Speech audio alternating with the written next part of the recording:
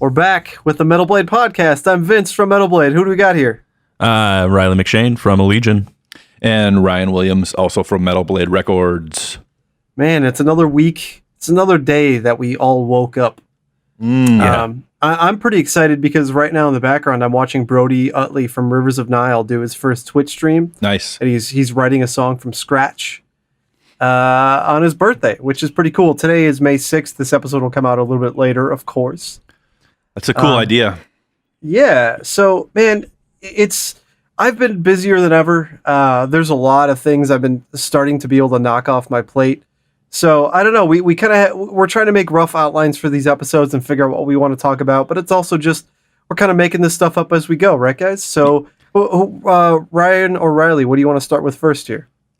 I want to mention real quick that Brody is a saint, an absolute angel for figuring out the routing issues, for doing exactly what he's doing, which for those of you who do stream, he's basically able to capture his desktop audio, capture his mic, capture his guitar, and capture his DAW that he's recording into while being able to play that back as well, which sounds pretty straightforward, but it's not. It's a nightmare. And he figured it out. He and I and John Mados from Abiotic have been like chatting back and forth for the past week or so trying to figure this whole thing out, and he finally locked it in. So big shouts to Brody for doing that. It was no small feat. Yeah, I didn't realize John from Abiotic was helping out too there. That's really cool. John's a fantastic guitar player and tech nerd as well. And I know Brody and Dave Davidson have been talking about it, and Ryan and I have helped out Brody with a few test streams to kind of just QC the audio on the user end to make sure things looked all right. And yeah, it's been super fun. And honestly, for me, a lot of one of the bigger parts of my job anyway is helping out bands with graphics and things, and helping out Dave and Brody building Twitch channel graphics is one of the more fun things that I get to do for sure. And it's pretty cool, man. I'm going to have to hit you up for one of those Twitch channel graphics. Dude, let me know. I'm totally down to do some sort of weird After Effects looping, be right back, or stream starting soon or whatever. I'm so into that. Yeah, that stuff's really fun to slap together in After Effects. And I use the Envato resource library of stock projects and effects. Like the Black Dahlia Murder lyric videos I did would have been impossible without me being able to pull stock effects, because I don't have the means to go out and shoot a bunch of original things right now. And honestly, like, look, I don't know if I mentioned this before, and Ryan, our friend of ours that used to be at Activision, Sean, I remember talking to him one day about graphics, and there's a website that's just textures.com, and it's a really amazing resource of images and skyboxes and all these different assets. And a skybox it is what it sounds like. It's a 3D sky that you can apply inside of video games or After Effects to create the illusion of a background that's a sky that you can fly a camera around, right? So Sean was telling me once that Activision, they'd go out on art hunts to shoot textures, shoot photos all around the city, wherever they were.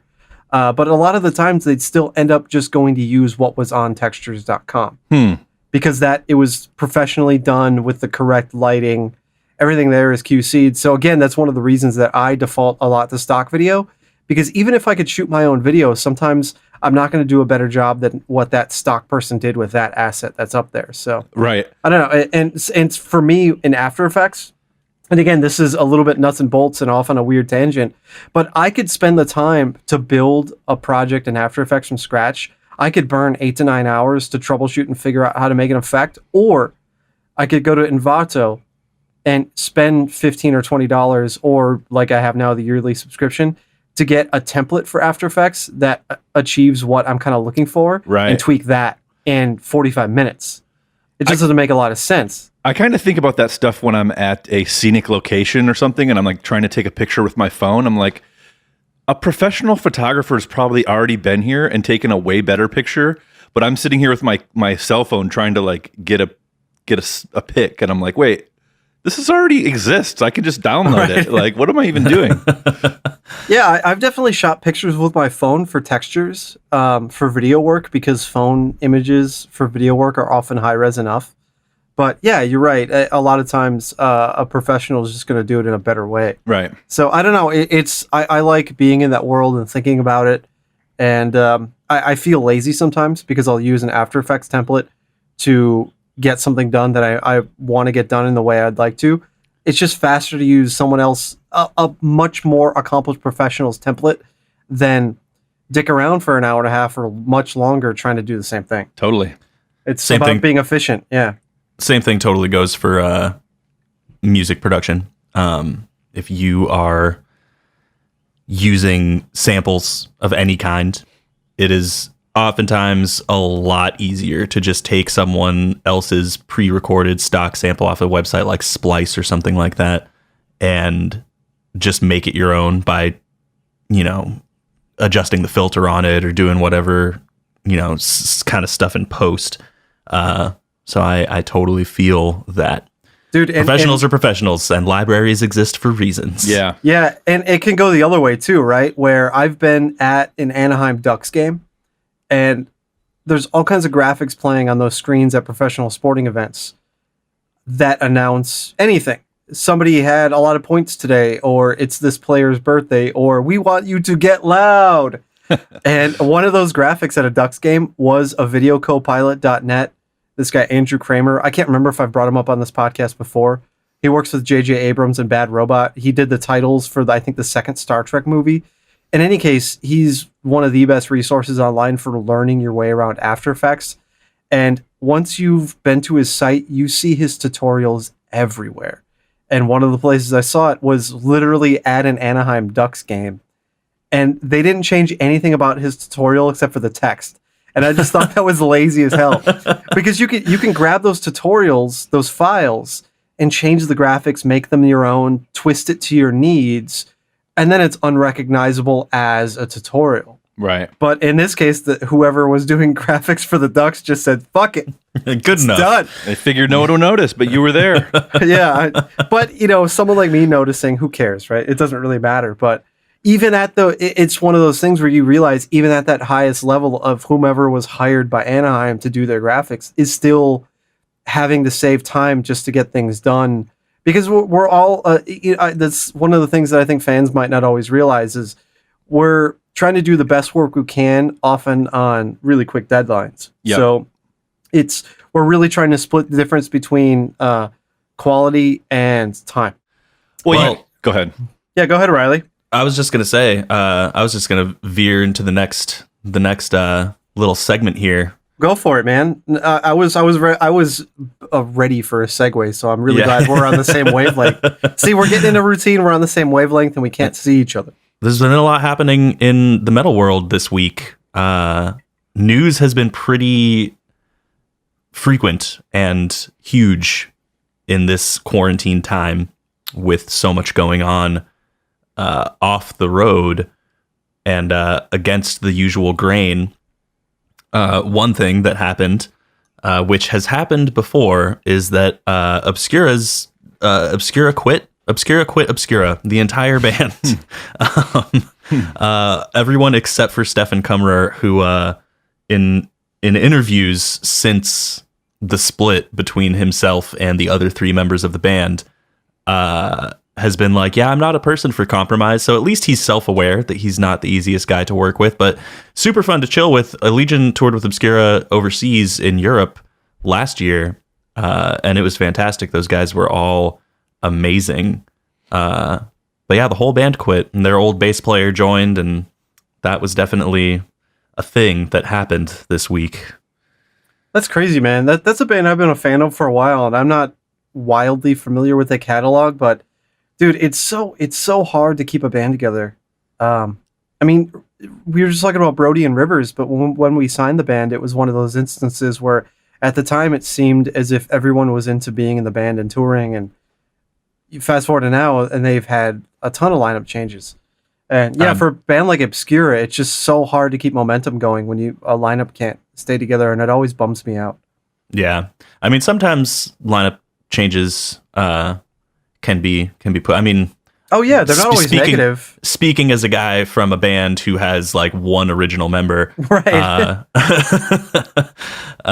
you know, you can push through. It definitely does take the momentum back a little bit, but it's not the end of the world. And I don't think that it has been for Obscura in the past. So I think that they'll probably bounce back and come in hot with something cool. I think that having their old bass player Jeroen Thesseling join again is super cool because he did all the work for Cosmogenesis, which was the album that really put them on the map back in like 2010, I want to say. Maybe even before then. It was before that, yeah. Maybe like 2008 or something. Yeah, exactly. But that album rules, and the fretless bass work on that kind of set the stage for a lot of the fretless bass bands nowadays, like Beyond Creation and stuff. So seeing him back in the band is really cool, even though Linus was an insane bass player, and in fact all the rest of those dudes, which would be Linus on bass, Raphael on guitar, and Sebastian Lancer on drums, have not only moved on from Obscura but now started their own band called Obsidious, which I'm also very excited to hear stuff from. That's going to be super sick. Yeah, that's, if people didn't get fired from bands or bands didn't break up, we wouldn't have Metallica and Megadeth. So it's certainly not always a bad thing. Yeah, absolutely. It just sucks, you want to see people get along and have fun and make music together. And sometimes personalities and schedules, and there's a lot of intangibles. It's just like football teams and anything else, where when people work together in physical and creative ways, shit just does not always work out. I really like the Hannes Grossman solo albums too. So, he was in the band.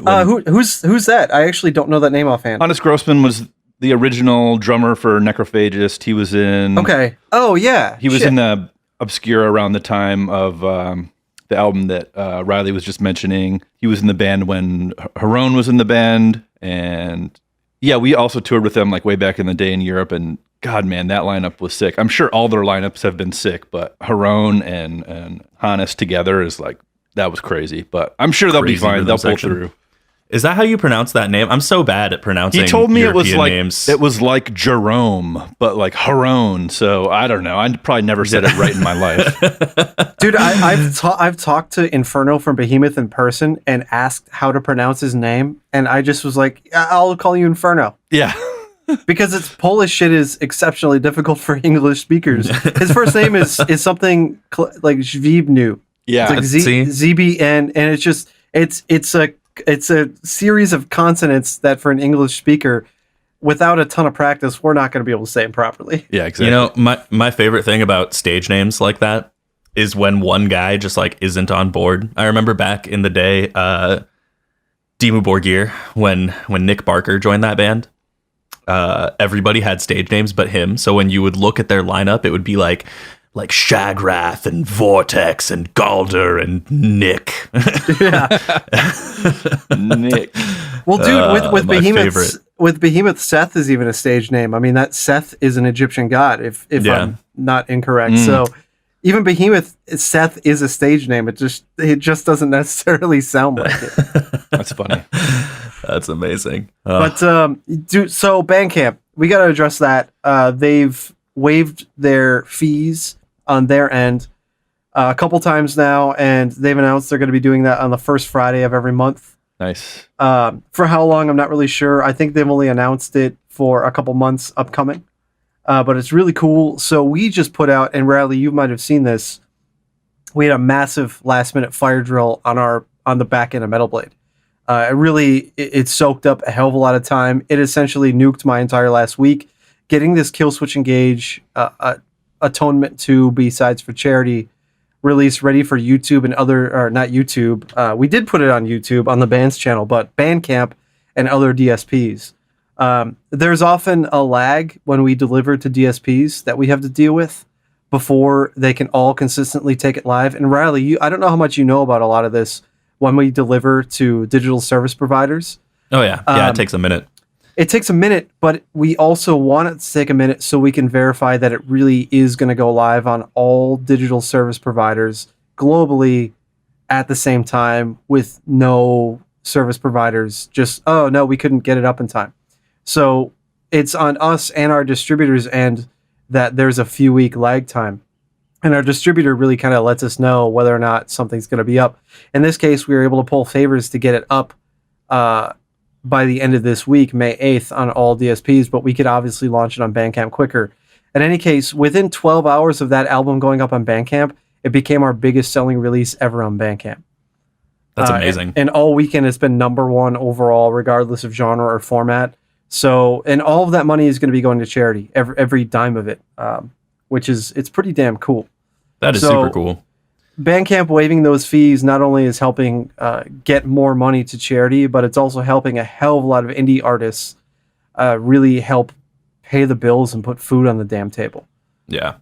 Yeah, it's going a long way. There's been a lot of really cool support programs like that from all across the industry. We talked about the Music Cares thing with Travis last week, and this with Bandcamp, and I know Spotify has a button, and someone else just added a button. I want to say SoundCloud added a button that goes directly to bands. So it's really cool seeing the industry kind of come together and provide these channels for resources to reach the people that are struggling right now. So I think those services probably should have had that functionality all along, but hey, if this is what it takes for them to implement it, that's totally fine.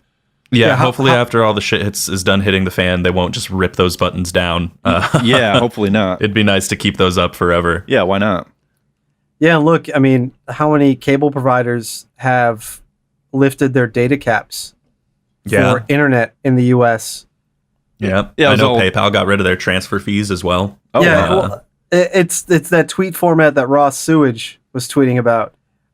He kept, anytime a company did something good or the government did something good in light of the pandemic, he'd retweet it and say, so you're saying you can just do this and you could always have just done this? Yeah, exactly.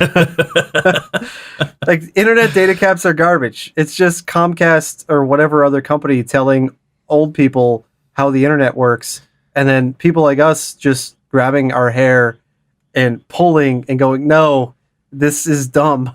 Yeah, when the net neutrality thing happened a couple of years ago, that was people were freaking out, being like, oh, our information and our data. And I'm like, bro, you're posting this to Facebook. Like, that ship has sailed. What you should be worried about is all of the fees and all of the chokeholds that these, ISPs are going to be placing on your service, which, lo and behold, as soon as net neutrality was basically revoked, it was like, oh, hey, you can only use 50 gigs a month unless you want to pay us an extra $100.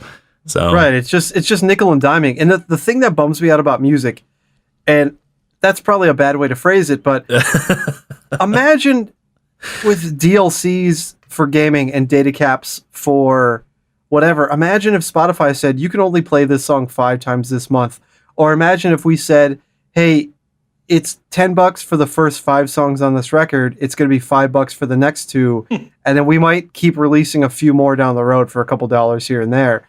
People would lose their minds. It's so funny that you say that in that context, because video games, like microtransactions from EA and Activision have now just kind of become a thing.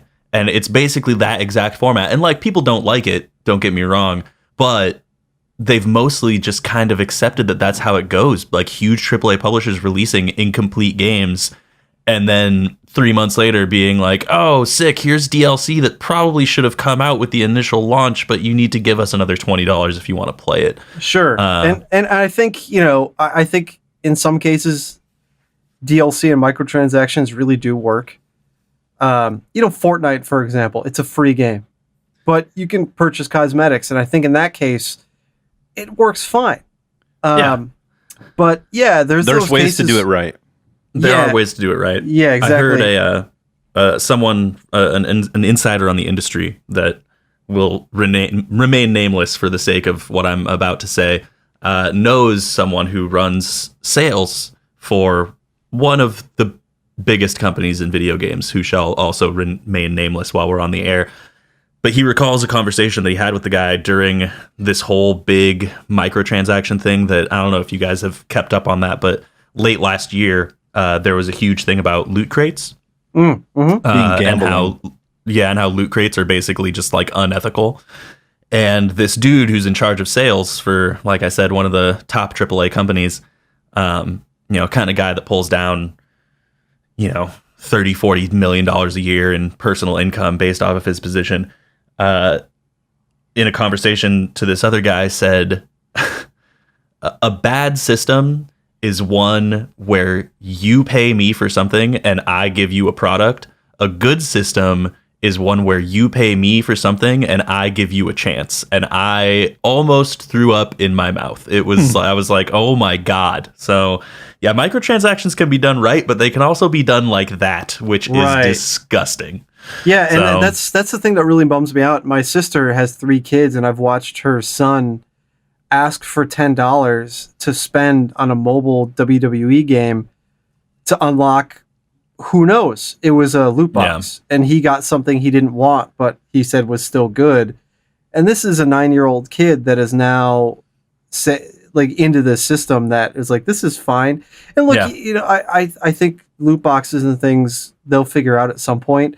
And there's legislation that's essentially saying this is gambling, which effectively could be argued is. Yeah. But there's a lot of parents out there that just don't understand what they're giving kids money for, or how many people are worried about their data for Epic alone for Fortnite, and how much money is lost a year by way of parents having to give their kids credit card information and those accounts being compromised. A couple months back, I got emails in the dozens of attempted forced entries into my Epic account. So it's in the best interest of parents everywhere to know what's happening in the gaming front. You can't just look at the ESRB rating and say, oh, it's for 13 and over or whatever. You actually have to know what's going on inside those games to not get scammed. Yeah. It's crazy. Definitely It's a weird world, man. It's crazy where things are at, man. Yeah, it's definitely not the early 2000s anymore when, a parent's biggest concern was like, this is rated M for mature. You're a 12-year-old. Like, it's not. Yeah, Right. like, remember the simplicity of being like, I heard you kill prostitutes in this game. I'm not buying you Grand Theft Auto. And you being like, but mom. Like, it was, oh, man.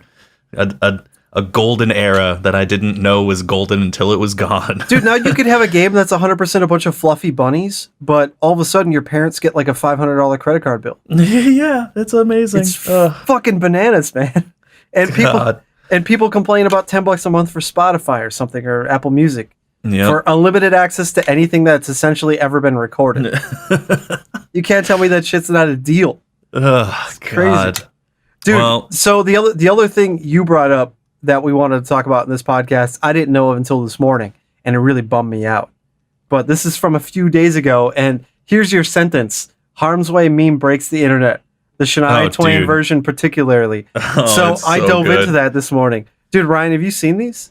Yeah, I've seen about 5 different ones. I haven't seen the Shania Twain one, actually, though. So it's footage that Hate56 posted from This Is Hardcore 2019. And if you don't know about Hate56 on YouTube, it's a fantastic YouTube channel with a shitload of cool live performances from hardcore festivals. Every Time I Die just did a live stream of their Christmas show from this past year. They always do a December big, huge bash in Buffalo. And Harm's Way actually played it this past year, but Hate56 streams one of the 2 shows Every Time I Die played. So it's a really fucking cool YouTube channel. But anyway, the footage in this meme is from Hate56 from This Is Hardcore 2019. And yeah, it's Harm's Way starting a song to Shania Twain. The best part is that, and I don't know names, so you guys are probably best on this front, but their singer, he does like a 2-step on stage. Yeah. And if you're unfamiliar with Harm's Way and you're listening to this, their singer is like the last dude you would want to run into in a dark alley. He is a large man. And he, I'm sure he's a super nice guy, as all dudes who generally look like that are, but he is a scary presence on stage. Super high energy, super ripped, just super jacked dude, never wears a shirt, has a gigantic tattoo on his torso. So having him as like the centerpiece of this meme just makes it that much better, because with the original music, it works, and it's like high energy, hardcore, doing a 2-step, getting the crowd going. But when you put all this other music on top of it, it just looks like he's doing this really aggressive version of the Running Man. And oh my God, I love it so much. I just saw one last night that had the Evangelion opening theme on top of it, and I about pissed my pants. It was amazing. Yeah, James Pleag, he's a substitute gym teacher in the Chicago area. That's awesome. One of the things I enjoy about Harm's Way the most is we often see comments from students or people that claim they're his students. Hey, this guy was my gym teacher. He never said he was in a band. One of the comments I remember seeing is in the weight room, the students put on Harm's Way and he just didn't react. So I know the Harm's Way dudes pretty well. I did their video for Last Man. I actually flew home for that show and went to Chicago. And that was one of the most fun fucking shows ever. It was Harm's Way and Homewrecker. And I forget who else off the top of my head, but yeah, those guys are all really fucking cool dudes. James especially is a nice guy. I went to buy a copy of their previous album on vinyl and a pair of shorts, and he was going to give it to me. I was like, no, dude, I'm going to buy this from you. I don't care. I was like, dude, I'm not homeless. I can buy music. Just let me buy it. And they just didn't want me to buy it. They wanted to give it to me. They're just fucking unbelievably nice guys. Yeah, I've only heard amazing things about their live shows as well. I haven't had the pleasure to see them yet myself. Dude, no, dude. They're one of my favorite live bands. So that's what everyone says. The first time I saw Harm's Way, Ryan, were you there at that show at the Glass House? I don't believe I was. So we were actually talking about signing Harm's Way, and they were on tour with At the Gates, which is a little odd for a hardcore band, right? Yeah. Yeah. And they're hardcore they're decidedly a hardcore band, but sonically it's I don't know, it's like this weird, it's kind of like Discarnate, where it's a cross between death metal and hardcore, a little bit of industrial stuff here and there. But Thomas from At the Gates, or Tomas, is that how you say his name? Yeah. Did I fuck that up? Yeah, Tomas from At the Gates personally selected them for that tour. And that's cool. I knew what Harm's Way sounded like, but I wasn't sure how they'd go over in front of like a mellow death crowd, right, in Pomona, California. And James comes out, he's got a shirt on. Within 2 songs, the shirt's gone. The whole room was into it. There's just something about them sonically live that can sell, I think, any metal crowd on earth. There's that entombed kind of vibe too. That's a really good way to put it, man. That helps them cross over to that, melodic death scene, I guess you could say. Yeah, and their music is simple, but it's not. It kind of, for me personally, cuts that. It really rides that line between simplicity and complexity in a way that makes it interesting. I don't know how to describe it. Oh, totally.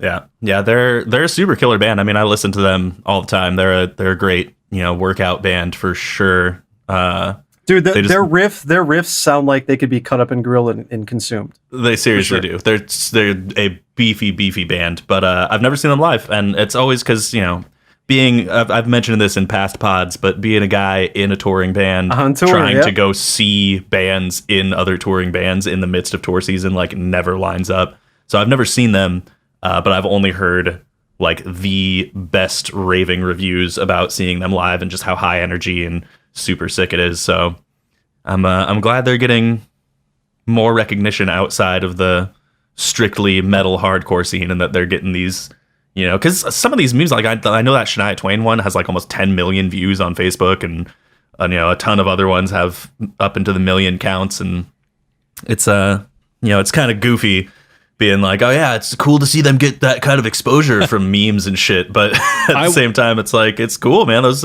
numbers don't lie. I wonder if that's going to translate to people checking out the band, or if it's just oh, this is a funny meme. I think it's a 1% translation rate, but still, that's 1% of 10 million is still a pretty good chunk of people. So right. Dude, that's always bummed me out about when things go viral. So rarely does it go viral from the original person that created it. Exactly.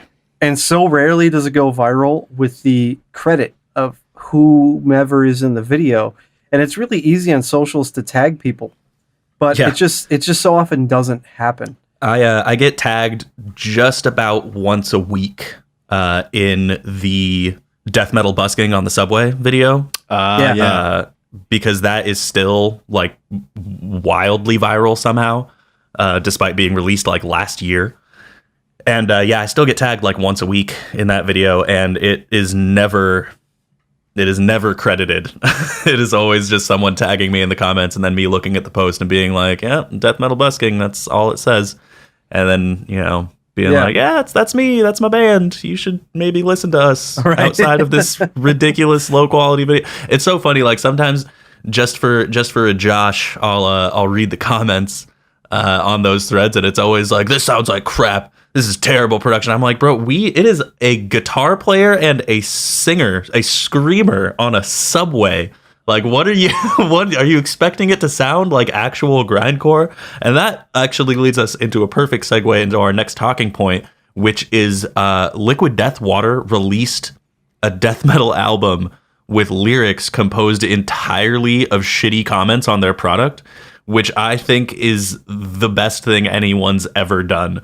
It is so funny reading through the lyrics, because it's just like, you know, celebrities have been doing the whole, like, you know, this megastar responds to crappy YouTube comments kind of thing for a while, but to translate that into a full death metal album, like, it's so fitting. Yeah, I gotta check that out. I haven't heard that, and it actually reminds me, and Ryan, you might not even know this. So Evergreen Terrace, it was one of the Wolfbiker from Evergreen Terrace is one of the first releases that I was ever really involved in when I started at Metal Blade. Like, I did a lot of work for that one back in 2007.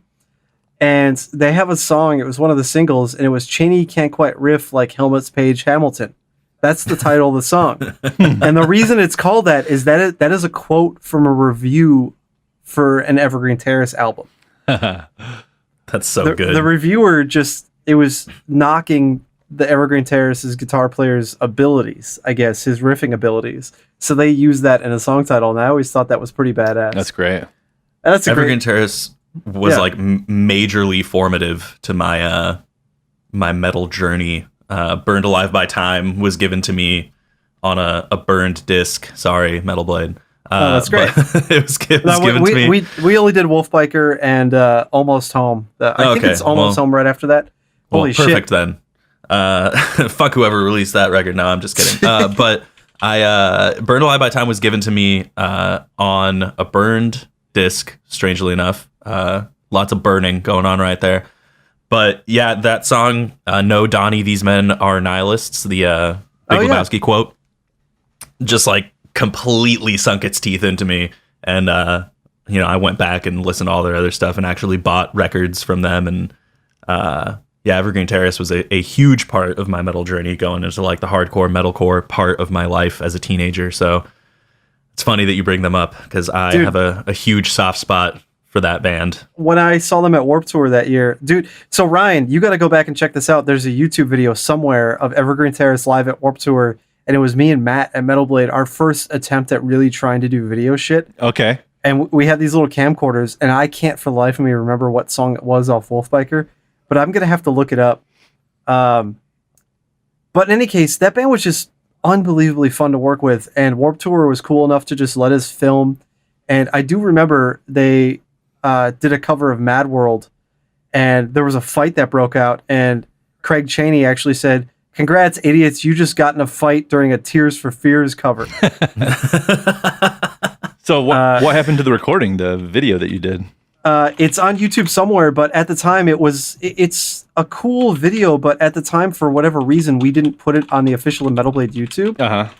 I'm typing in the background. Sorry here, guys. That's okay. I'm gonna see if I can find it, because it blows my mind. Yeah, it's on my old official YouTube channel right now, and it just says live from Warped Tour. It's where there is fire, we will carry gasoline. Oh, that's a good song. I should have, and it's in 4/3. We didn't even do it in 16/9. Of course. See, that's the fucking crazy thing. This came out in 2008, and HD wasn't yet standard, and it was still really expensive to film in HD in 1080. And now we just can shoot on our phones in 1080 or better. Yeah. So people often are on YouTube commenting and trashing videos from the 2000s. Oh, why is this in such shit quality? Where's the better quality? Dude, in a lot of cases, the better quality just doesn't exist. Right. It's impossible. That information is gone. Well, that's a new song right there. Why is this video in such shit quality? Yeah. Why is this video from before YouTube bought Google Video, or Google bought YouTube and merged Google Video with it, when upload standards for YouTube were still a couple hundred megabytes before all these fancy codecs and 360p or 40p at best? You know, it's like, well, yeah, that was the standard at the time, man. Wasn't there a 10-minute limit also or something like that? Yeah, YouTube had a 10-minute limit for a long time, and it only got lifted once your channel was big enough and you reached a certain subscriber threshold. Funny. But I think that's gone now for everybody, as far as I'm aware. Oh yeah. But, you know, that's function of, The only weird thing they have now is that if you have under 100 followers, you can't change your URL. Yeah. You just get to be youtube.com/asinine series of characters. Yeah, and that's actually great because it stops people from squatting on URLs. There's a reason that sometimes Metal Blade URLs are the way they are, because some fan is just squatting on it. It's a real pain in the ass. Like someone squatted on facebook.com/metalblade, and I just can't use it. That is so we're ridiculous. Facebook.com/metalblade records, which is fine, but YouTube does things like that for a reason, and I don't always agree with YouTube in general. I think they do some things right and some things really wrong, but that's one of the things I do agree with, and it's why it takes a minute to become a Twitch affiliate and all those things. They're, as much as things are a pain in the ass for users, a lot of times the reason they exist is to stop fraud. Makes sense. It is beneficial in the long run, that is for sure. I just rebranded my Twitch to something different, and now I'm having to rebrand it back to just my name because of all the different channels that have popped up with similar names just in the month since my rebrand. So I was going to ask you, but I wanted to know how Modern Retro was going for a Twitch brand and if that was working or what. But it's been going all right. I haven't been streaming as much as I should via that handle to kind of get it, wings. But it's like I chose the poorest timing to rebrand, to be completely honest. It's like as soon as I rebranded, everything hit the fan, and all these people in my industry started rebranding underneath, or not rebranding, but starting channels underneath their own monikers. So now it's like, you have like Brody of Nile and, Devin Townsend and all these people that are jumping into the streaming world. And then it's, Riley from Allegiant all of a sudden as like Modern Retro, this totally different, completely unrecognizable thing. So I'm just gonna have to switch back to good old Riley McShane. I'm not the only one, but I'm the only one that matters. God damn it. And just rebrand over to that in the meantime, so I can really capitalize on the huge surge in streaming traffic. As the personality that I am in my community. So it's I'll keep Modern Retro probably as like a side thing, start like a side channel under a different email. I already have it locked in on socials and all that stuff, so that's good. But I don't have. I need to switch my Twitch back to my name so that I can actually get traffic. And when I pop into other people's streams, and it's good for community building as well. You know what I mean? Like I don't want to have to jump into everyone's chat and have to introduce myself via Modern Retro, being like, "Oh, hey, Riley from Allegiant here. Good to see you doing well, man." So it just works better to have it back as my name. But I was actually going to do that rebrand today or tomorrow and make a big social blast about it. So by the time this airs, I will be back to being Riley McShane on Twitch. All right, now you know. Well, let me know if you need any graphics. Oh, I definitely will. So we have a few more things we want to talk about, but let me know if you guys hate this idea. I actually think it'd be really cool to talk about these things with our guest for the day, and it's something we've kind of discussed on the internal side of how to do this podcast and if we should have guests on for a full episode. So I would actually love to hear our guest's take on this, and our guest this week is Trevor from the Black Dahlia Murder. Oh, yeah. So let's, Ryan, why don't we just dive in and see what Trevor has to say? Let's do it. Trevor, man, thanks for spending some time with us this afternoon. How are you doing, man? No, this is awesome. I've missed you guys. This is a great opportunity. So I've been looking forward to it. I'm pretty good. I'm fresh out of the shower. Got a new lease on life. Nice. It's a good feeling, dude. I found just doing this podcast, the couple episodes we've done remotely now, it's nice to talk to someone outside of whomever you cohabitate with. Definitely. I feel that. I'm starting to really feel the cabin fever around here. I think still keeping it everyone is. positive, but damn, Oh yeah, Discord has been like my lifeline to the fucking world. If I had no Discord right now, I'd be for sure banging my head against walls. There's a ton of shit going on, and obviously, Trevor, you're streaming on Twitch now, and we'll talk a little bit about that.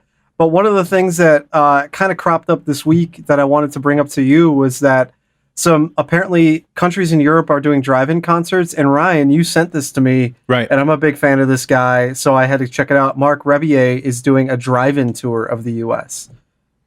That's cool. He's awesome. That guy rules. He's hilarious. Yeah, I've seen him He's live so twice, and he's unbelievable. I shot photos of his first ever LA show just by emailing his agent, because later that night I had to go to see Whitechapel, so I had to have my camera on me. Uh-huh. So I was just like, hey, can I just shoot this show because I'm going to have my camera anyway, please? So I did, and it was fucking unbelievable. But holy shit, whose dog is that? Hello? It's not me, man. I think it's Ryan's dog. I think Ryan. Hey, I think Ryan's mail came. Yeah, right. I'll be right back. Hold on. I'll be right back. But yeah, Trevor, I don't know if you saw that, but yeah, Marc Rebier, it's the I Want a Hotbox tour, and it's June and July dates in Texas, Oklahoma, Kansas, and North Carolina. And obviously for somebody like Marc Rebier, it's easy because it's just one guy. I don't know if this works with a metal band. I don't know either. I think so much of the show is like the reaction from the crowd and that kind of like back and forth of like energy that I think like people sitting in their cars, I don't know. I wouldn't be able to tell if anyone was enjoying the show without that show of aggression that I'm so used to, Yeah, and even Marc Rebier, his show is very interactive with the crowd, because he makes up songs as he goes, and songs are made up a lot of the time based on audience suggestions. So even then, it's going to be, I don't know how it's going to roll, but I think he's probably going to have like a broadcast live stream kind of thing going off the stage at the same time. that's my guess as well. And Yeah. take suggestions and requests that way. That's what a lot of people have been doing overseas. I know the dude who did it in Lithuania had the live stream going on the side, and as well as the cool. limited people in the parking lot. I actually hit up our mutual friend EJ about getting something like this going, and obviously logistically it's a fucking nightmare trying to, because you have to figure out not only what space is zoned for sound that you could get away with this in an outdoor setting, but also pair that with having lot space for enough cars to park to make it worthwhile, and then pair that with having it be even remotely affordable as far as renting out that space from the owner, working with the promoter, all that kind of stuff. So it's a logistic nightmare, but I think that it's in the future. It's in the near future, something like that happening with metal bands. What about security at the show? That's the thing that just popped into my mind. At a metal show, I could just see people getting out of their cars and being irresponsible. You know what I mean? Oh yeah. This actually came up in our meeting this week about European festivals trying to do something like this, and someone immediately said, "Well, there's going to be drunk drivers, and someone in every one of those cars is going to have to be a designated driver." That's true. Yeah, that's definitely not going to work, man. Yeah. But it's just, this might lead to some sort of resurgence of drive-thrus. I have no idea. People are stir crazy. I'm actually fine at home for the most part. I have enough entertainment and work to last me until the actual apocalypse. I would like to do some more things, but I'm not that worried about it, Before all this man, happened, there would be. Oh, go ahead. I was gonna say I've just been doing a ton of press. Like the album coming out was definitely a blessing to kind of keep me occupied and keep me on a positive page, you know. But thankful that the press is starting to wind down a little bit. I was definitely in a fucking tornado for a while. Yeah, you did how many interviews on this cycle? I don't know, man. At least 100, like since I've been back from the from South Africa.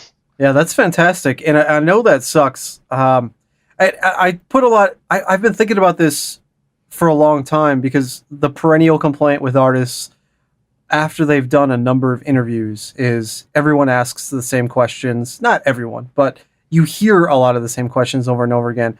And to that end, you know how many times I hear the same social media questions from bands? I actually a lot, I'm sure. I actually just last week for the first time in a couple of years again got the question, "What's our Facebook page login?"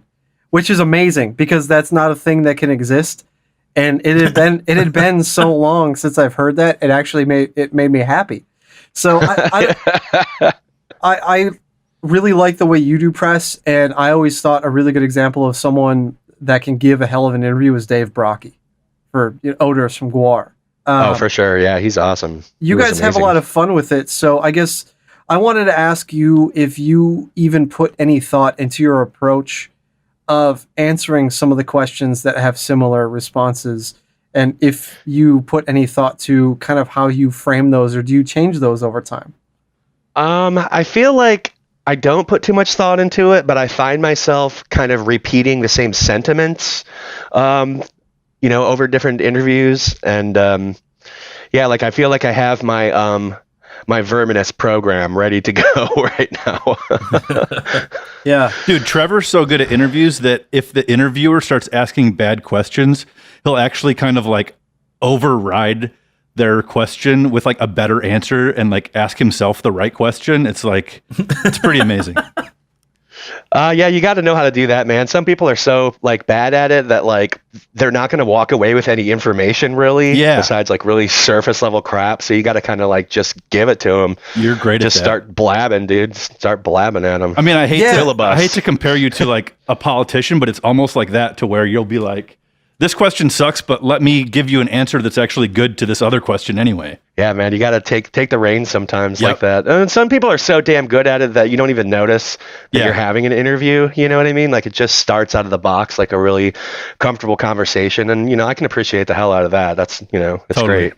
Yeah. Yeah, I think it's a function of a couple things. And I came from college radio, so I definitely did some bad interviews. In the interviews, most of the bad interviews were my fault, but not all of them. There were one or two where the artist, I could tell, was just having a shit day, and that happens. Especially with me doing radio at the time, I was seeing the band while they were on tour some of the time. And now I know that a lot of the times press on tour is happening after sound check and before doors when bands are trying to eat food and rest. And now they have to block out 20, 30 minutes to talk to somebody. But it's metal press isn't all professional journalists. It's a lot of people out there, just like bands, they're hobbyists. They're kind of doing it for fun. So the more easy you can make it on them, the better the result is. And now you've also made a fan, rather than like, oh, fuck this person who isn't good at interviews. Why am I wasting my time on this? And that's what I've always appreciated about your approach, is you kind of make it work whether or not the interview is good. Yeah, man. There's a lot of people just starting out. I think that this particular situation brought a lot of people out of the woodwork to do interviews, which was cool. It's like one of the few safe things you can do. And honestly, if you're in a band, like we were so lucky to drop a record when we did. Like that's the ultimate content that you can have coming out when you have no content coming out for a long time. You know what I mean? It's like, what else can you do? Like recycle a bunch of old shit. We're in a way, I think it's been awesome. And I think it's like, the charts are one thing, but I think it's just in the long game going to play out to be like a really, like a power move. People have nothing else to do but listen to this album. And, we still have content coming out that we recorded a few months ago. And, it's been working out in an awesome way, I think. Well, it's also kind of going to be cemented in people's minds that, oh, this is when I was locked down, this album came out, and I heard it a bunch, and it's almost thematically ties in. So I think people will look back in, 10 years or whatever and still remember like, oh yeah, that's when I was locked in and I listened to that record a bunch, and yeah, I think you're right. It might end up being a positive overall. Yeah, definitely thematically too. You know, it's just a weird coincidence, but I think it's making it resonate so hard with people right now, and Totally. you know, that's just kind of like a blessing in disguise. Well, and it's cool because you mentioned content and releasing content and how, you know, now obviously an album is the top of content mountain, but it's cool seeing all these other creative ways of content being generated, such as streaming, which is something that you have recently started doing. Yeah, it's been cool. I mean, I've been doing it on many different outlets. You know, I've done Zoom ones and been live on people's Instagrams a lot lately. You know, I tried to like be visible that first week, especially. You know, like I tried to be like omnipotent and just be like everywhere. You know, and Right. Twitch is definitely helping with that too. And you know, I appreciate the kind of friendly push in that direction from Vince. I think you're definitely right about how that's where things are going, and especially during this time. I mean, fuck, dude. You know, people need to connect with each other just like for their sanity, for one thing. Yeah. But you know, kids are looking for entertainment. They're looking for a distraction. They're looking for something to do, and you know, it's been really a positive experience so far, for sure. That's really good to hear, and it's something I've found just the few tests that I've done streaming is that it's one of the few social media outlets or tools that does feel positive in a world that's so largely negative. So I wanted to ask you, what do you really enjoy about Twitch streaming so far? What about it makes you actually want to keep doing it, or what about it kind of do you think needs improvement?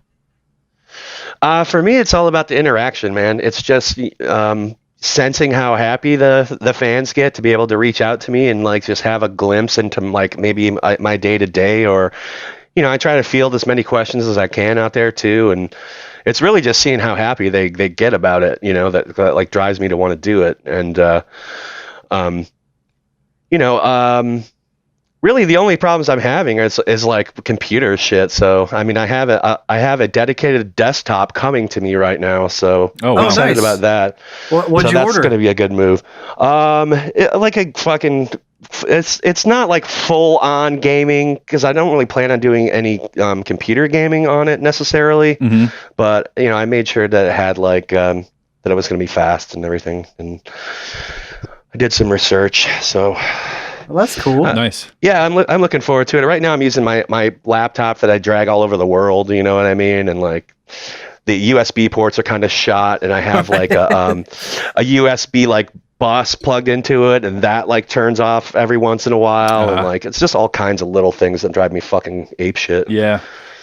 So I noticed you're doing a lot of like retro streaming. Are you doing that with emulators, or are you like using one of those like Raspberry Pi powered like mini console things that has like 1,000 games loaded up onto it or something?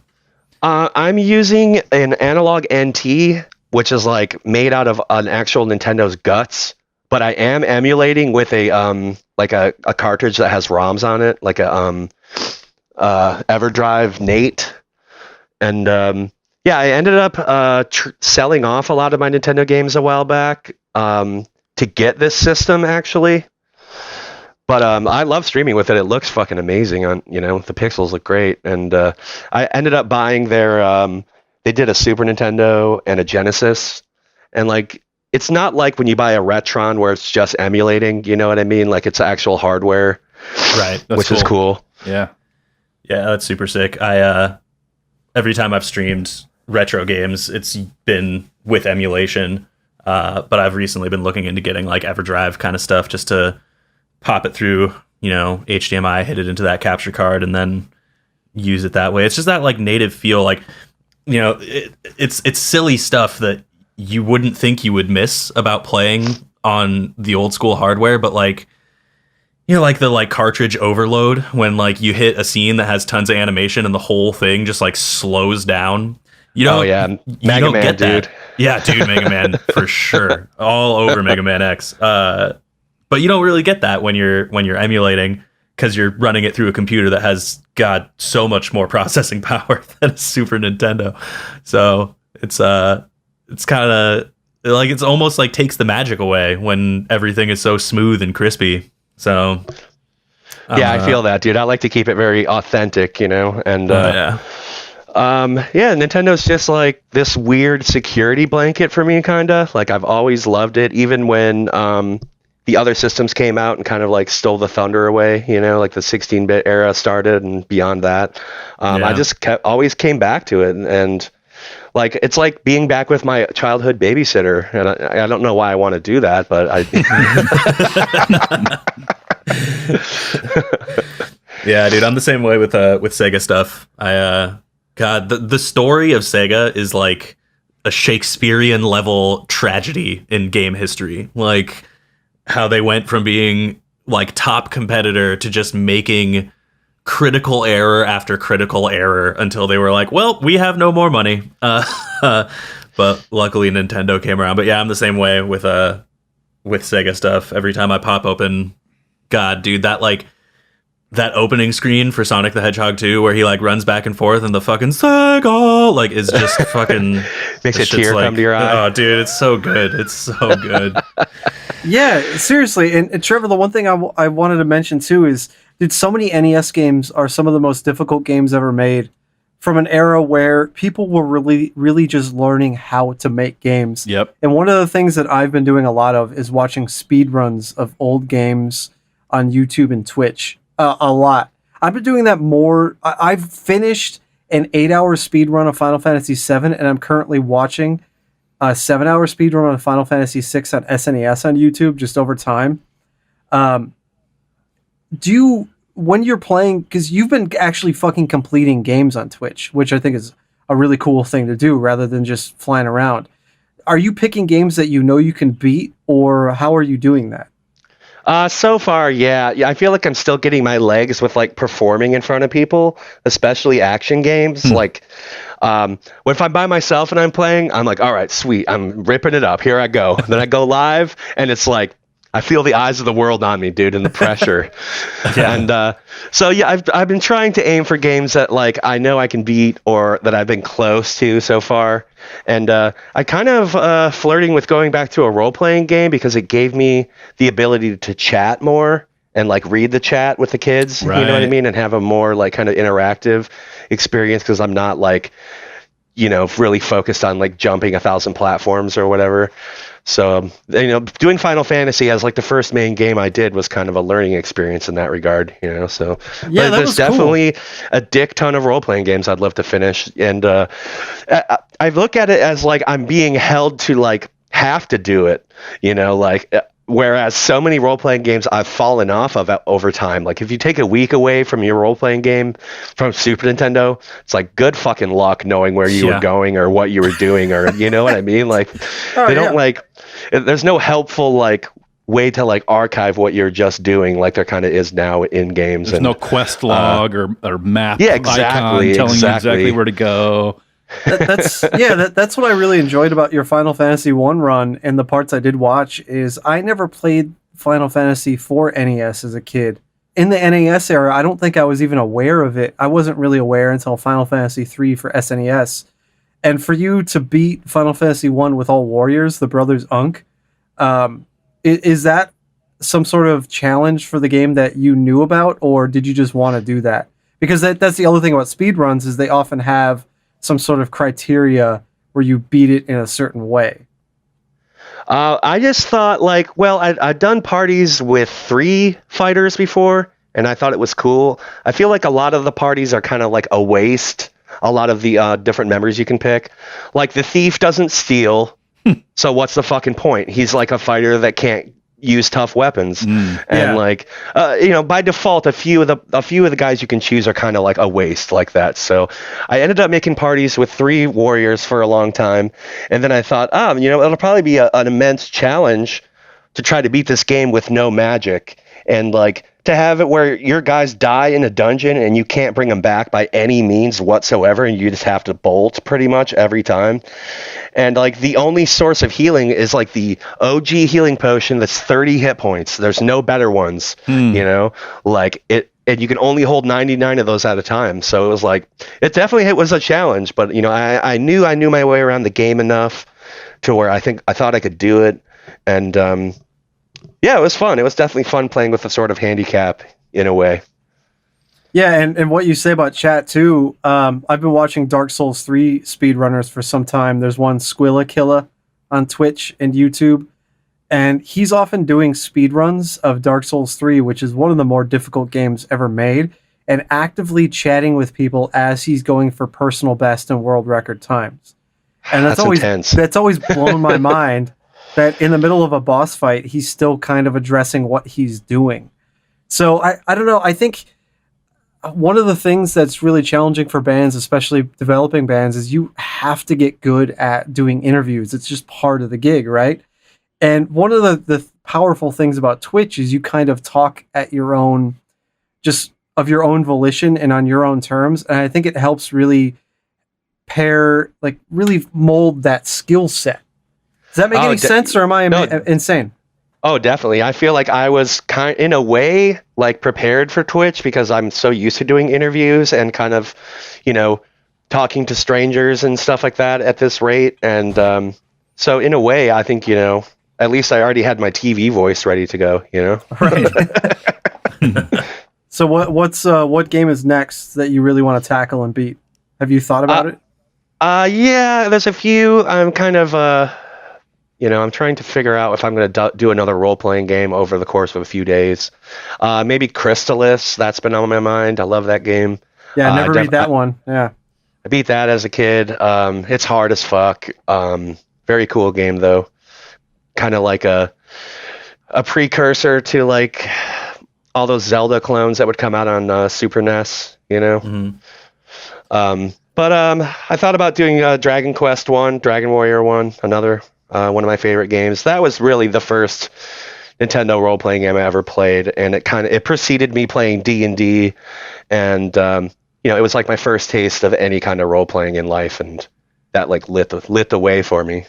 Those front view battle system role-playing games also hit like a super special nostalgia spot for me. Those old school Dragon Warrior. I think the first Dragon Warrior game I had was on Game Boy, I want to say. I don't think it was even on like an actual console.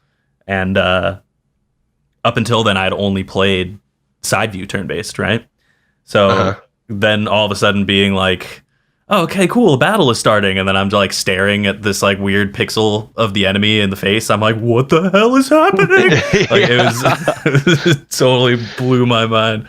But yeah, Dragon Quest games are great. I wish that style of turn-based like never really went away. And there's some games like Persona 5 that like does the whole like turn-based homage in a modern setting, has like a couple front-facing battles, but I feel like it's like the VHS Betamax DVD HD DVD Blu-ray battle kind of shit. It's like, are we gonna have front view or side view turn-based battles? And I feel like side view took the cake on that one.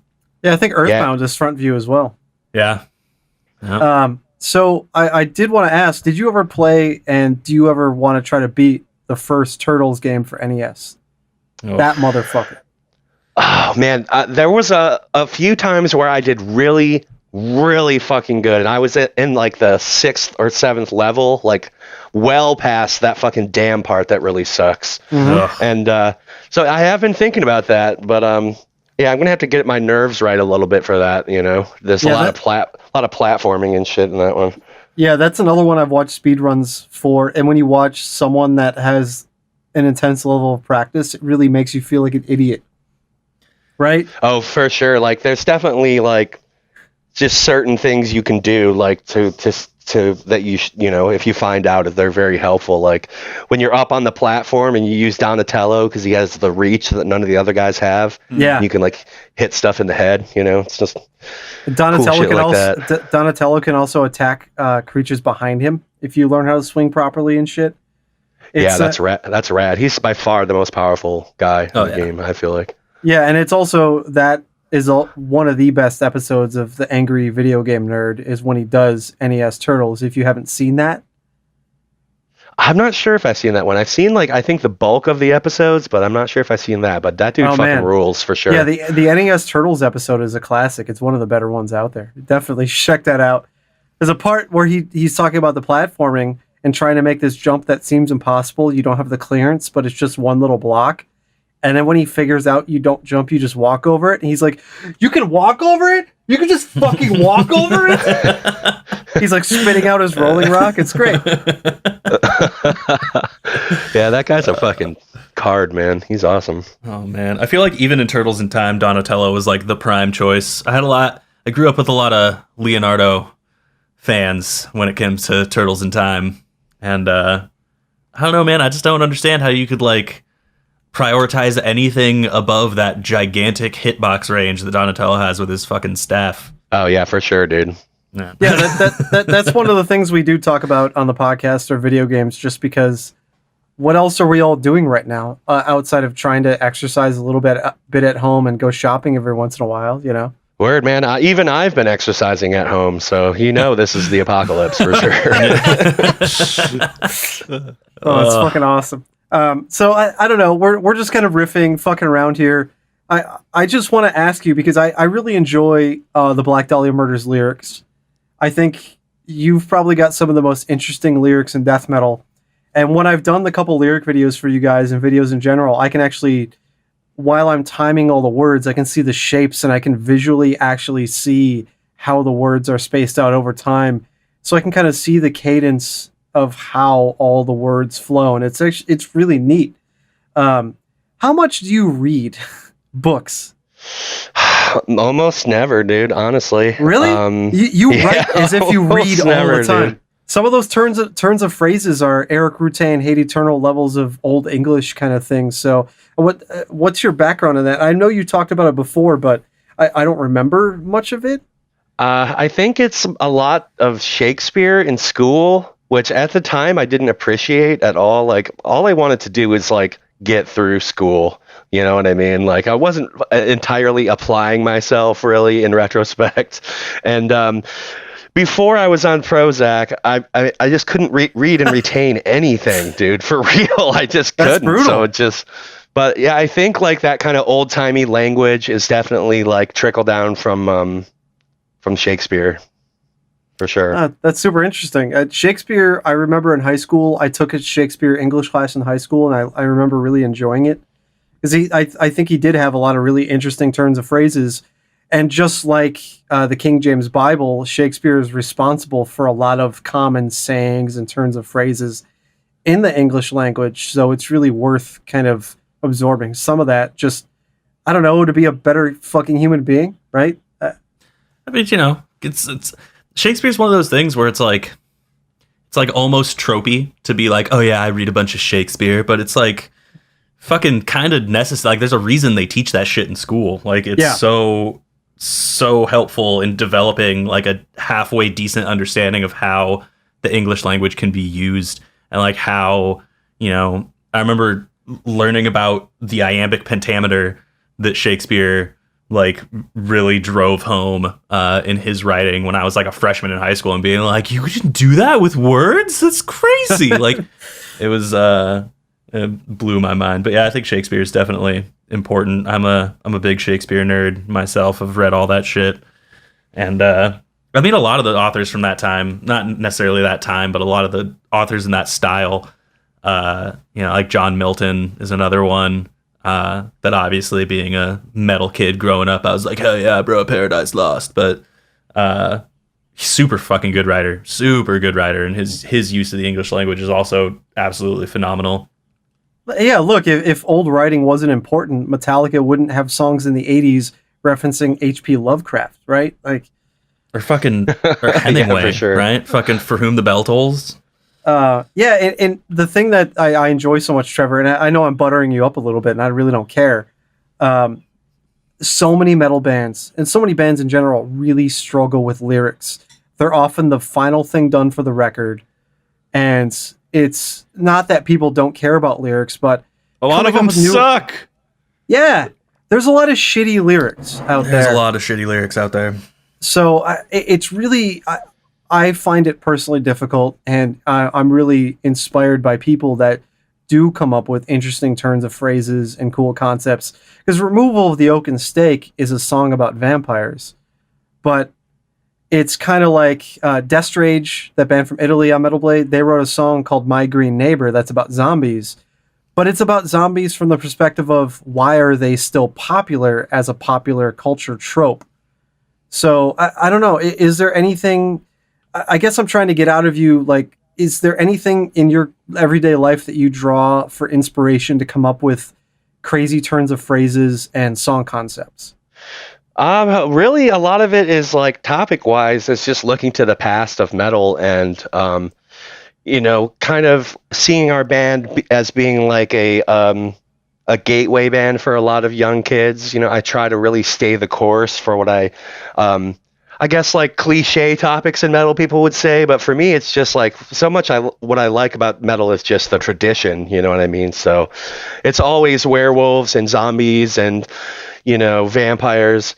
But I mean, it's definitely interesting how much like pop culture has woken up to horror in the last 20 years compared to, how it was. Like you look at like Walking Dead as being one of the biggest shows of all time and shit like that. It's a different world than it was in the 80s. You know what I mean?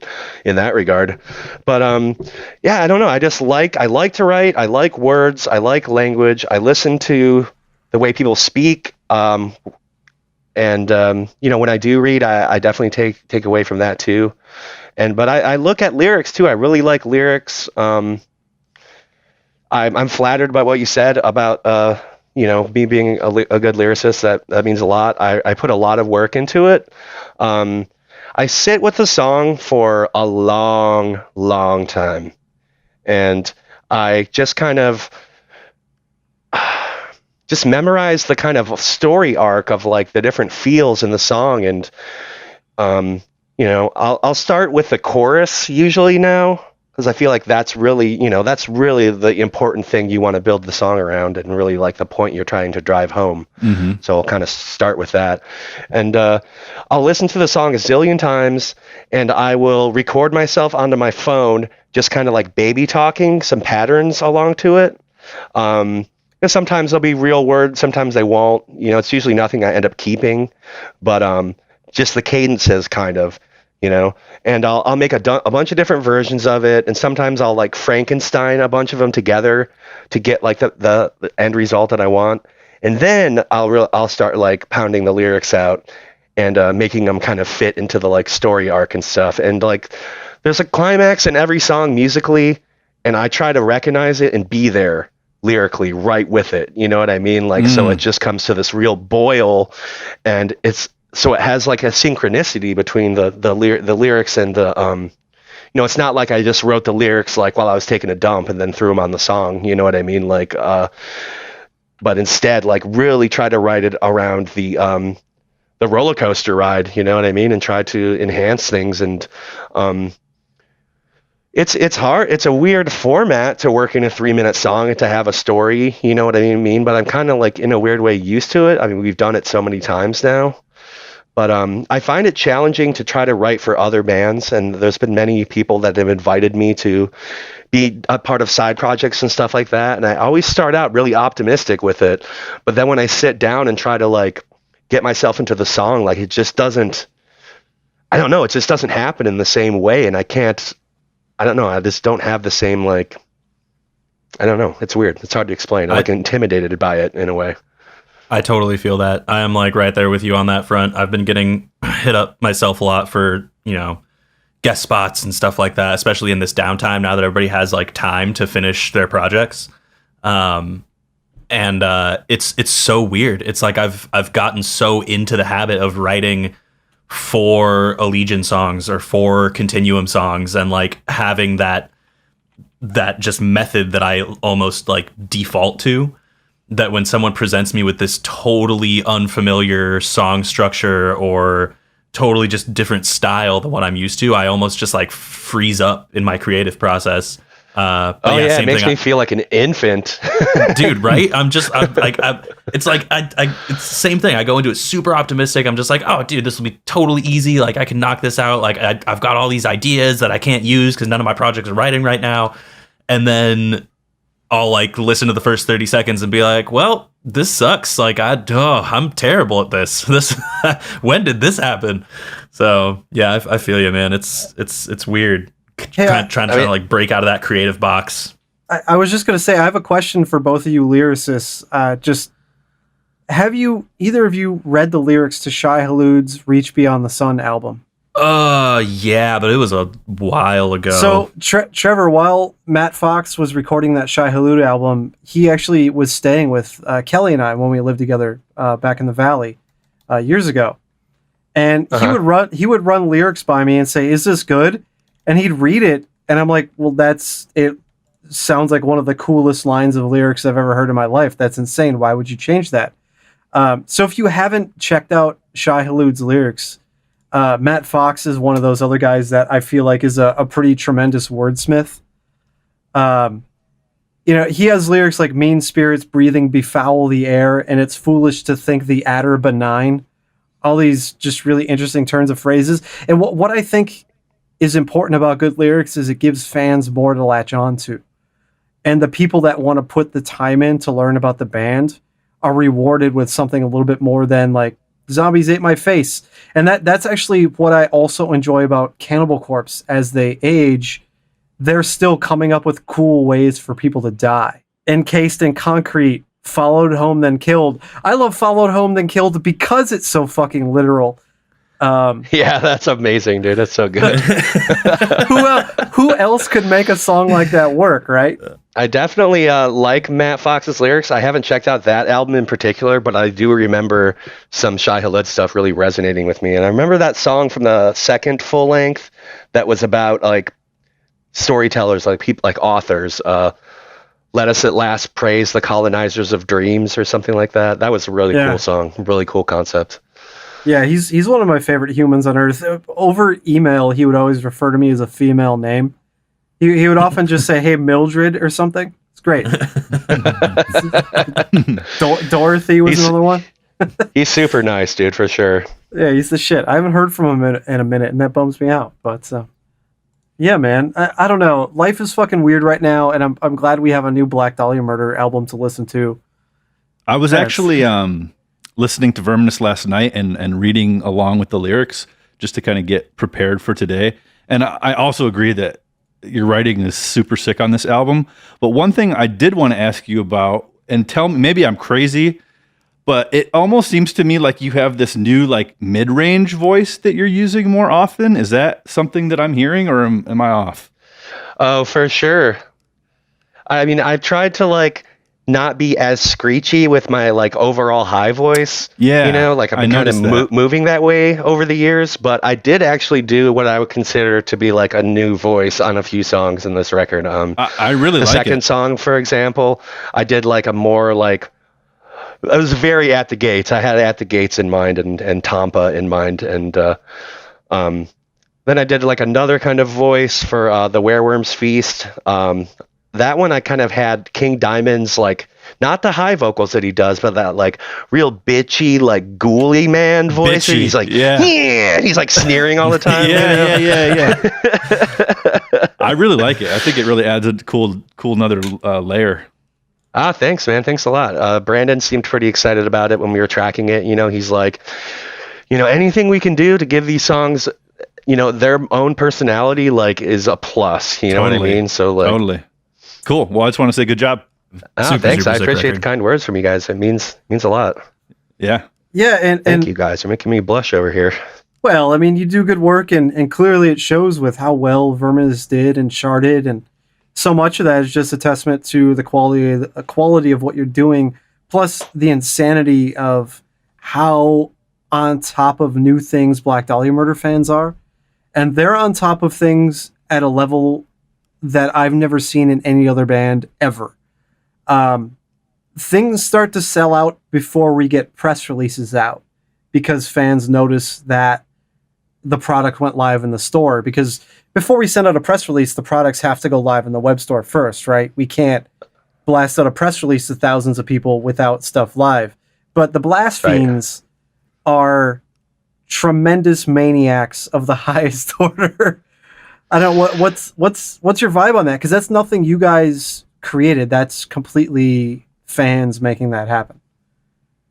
Oh, it's crazy, dude. Yeah, they're like internet super sleuths now, and they like know all the tricks, and they'll be the first people to find like weird clips of your songs up on Amazon in like, you know, another country or like just anything like that. And it's insane, though. I mean, we owe so much of the victory with this record and to them, and like the kind of mania they've created surrounding the band, and like the collecting kind of just culture that they've instilled in the fans, you know. Like it's insane to see that. And you know, it's definitely awesome that Kareem's gotten involved. It's gone to a higher level then, you know what I mean, for sure. And he's able to like really keep them pumped, and you know, he does exclusive merch for them and all different stuff. And I think he really enjoys that angle of kind of like running the ultimate fan club, and you know, being able to like make people happy with that. You know, I definitely appreciate that. It's you know, it's awesome. I trust Kareem so much. He's one of my best friends, and you know, his contributions, of course, with Night Shift have been so instrumental in making this record hit so hard too. You know, he came up with some really genius shit. The role-playing game, I got to credit him with. You know, like I came up with the idea of having dice in a Dungeon Master screen like a couple albums back, but when I brought it up this time, you know, that was the first thing he said. It was like, dude, we got to get an adventure like penned for this. And you know, even then, I didn't realize how much attention it was going to get. You know what I mean? I didn't know that like role-playing magazines were going to like be wanting to interview us and stuff like that. And I mean, I knew there was crossover there for sure. I mean, role-playing is what led me to want to find out about metal, basically. Like, I used to cruise the metal aisle at the record store and, like, look at the covers and kind of, like, you know, realize that there were some themes kind of overlapping there, you know what I mean? Right. So even before I took the jump, I was intrigued by it, you know. But, yeah, the response to that was just huge. The Slime vinyl was another thing that just got tons of traction. Mm-hmm. And, you know, we tried to be pretty sneaky this time. You know, we made the first song the title track. We've never done that before, and that was the first single to just kind of like beat the term Verminous into your head. You know what I mean? And kind of like set the whole stage from the very get-go with a very clear statement. And yeah, we just, you know, got really lucky. We hit the nail on the head with all of that, and the artwork was tremendous this time. And that is so important, dude. It's so competitive now, and there's so many great artists that it's hard to make something that can compete. You know what I mean? And you sure as hell don't want to have bad art, man, because you'll just be buried. Like, there's no excuse to have poor graphic design and poor artwork anymore. It's like, you know, there's so many avenues you can choose, and yeah, it just feels so competitive to have, like, you want to have that artwork that makes people go, shit, I want to hear that, or like start to imagine what it's going to sound like or what direction it's going to take. You know, you want it to like inspire that kind of wonder. You know what I mean? So, well, you're always the guy in the band who kind of leads the art department. So yeah, maybe talk a little bit about that. Like, how do you decide which artist did up, or what direction you want to go, or? Yeah, I've, you know, been behind the album art for the whole ride pretty much. Yeah. You know, Nocturnal was the first album where we really got to do what we wanted to do and have like a classic approach to the artwork. Yeah. And yeah, that kind of set the stage for what was to come, like having the evil environment, right, with the whole like, you know, don't go here, man. Yeah. You know, like, you don't want to go here, bro. Enter at your own risk. Like, I don't know, I just love that. To me, that's like death metal 101. You know what I mean? Like looking at Left Hand Path, or like those old Dan Seagrave artworks, and yeah, I like the foreboding place and the kind of atmosphere, and not having it focused on like one character. Mm-hmm. But I've also been in charge of, like, I mean, Kareem helps me a lot in this regard, you know, like, and for people that don't know, Kareem Peter was a long-time tour manager of the Black Dahlia Murder. You know, he toured with us for years. He was grinded it out for years with us. He's somebody that we trust and that we love very much. So it's very natural for us to branch out with Night Shift. You know what I mean? When he started going solo there. But yeah, he and I we'll kind of trade artists. We'll just kind of keep tabs on different like cool shirt designs we see pop up or cool album artwork or whatever. And I'll just be like, you seen this guy yet? You seen this guy yet? You know, or whatever.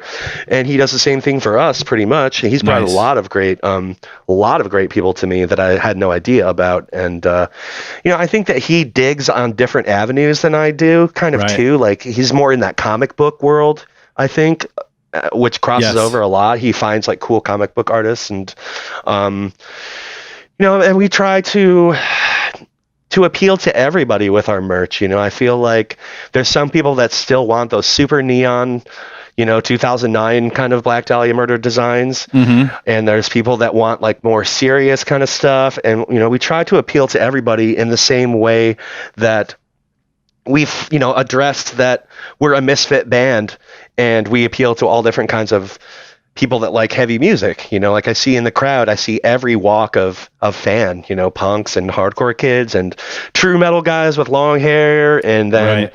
everybody in between, you know. And at first, like I was really butthurt. You know, I wanted just to be like taken seriously as a death metal band. Yeah. And that was it, you know, but that would have given us such a like glass ceiling, you know, and Totally. I never predicted the trajectory this band would take.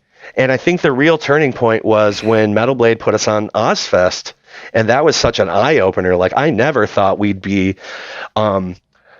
accessible enough to do something like that. Like I thought we would just, you know, like I never saw this band going all the different avenues that it has and being so high profile as it has. And, you know, like I've embraced the kind of weird genre fight that follows us. You know what I mean? Like I don't care what the fuck people call us, you know, as long as they're calling us, man, you know?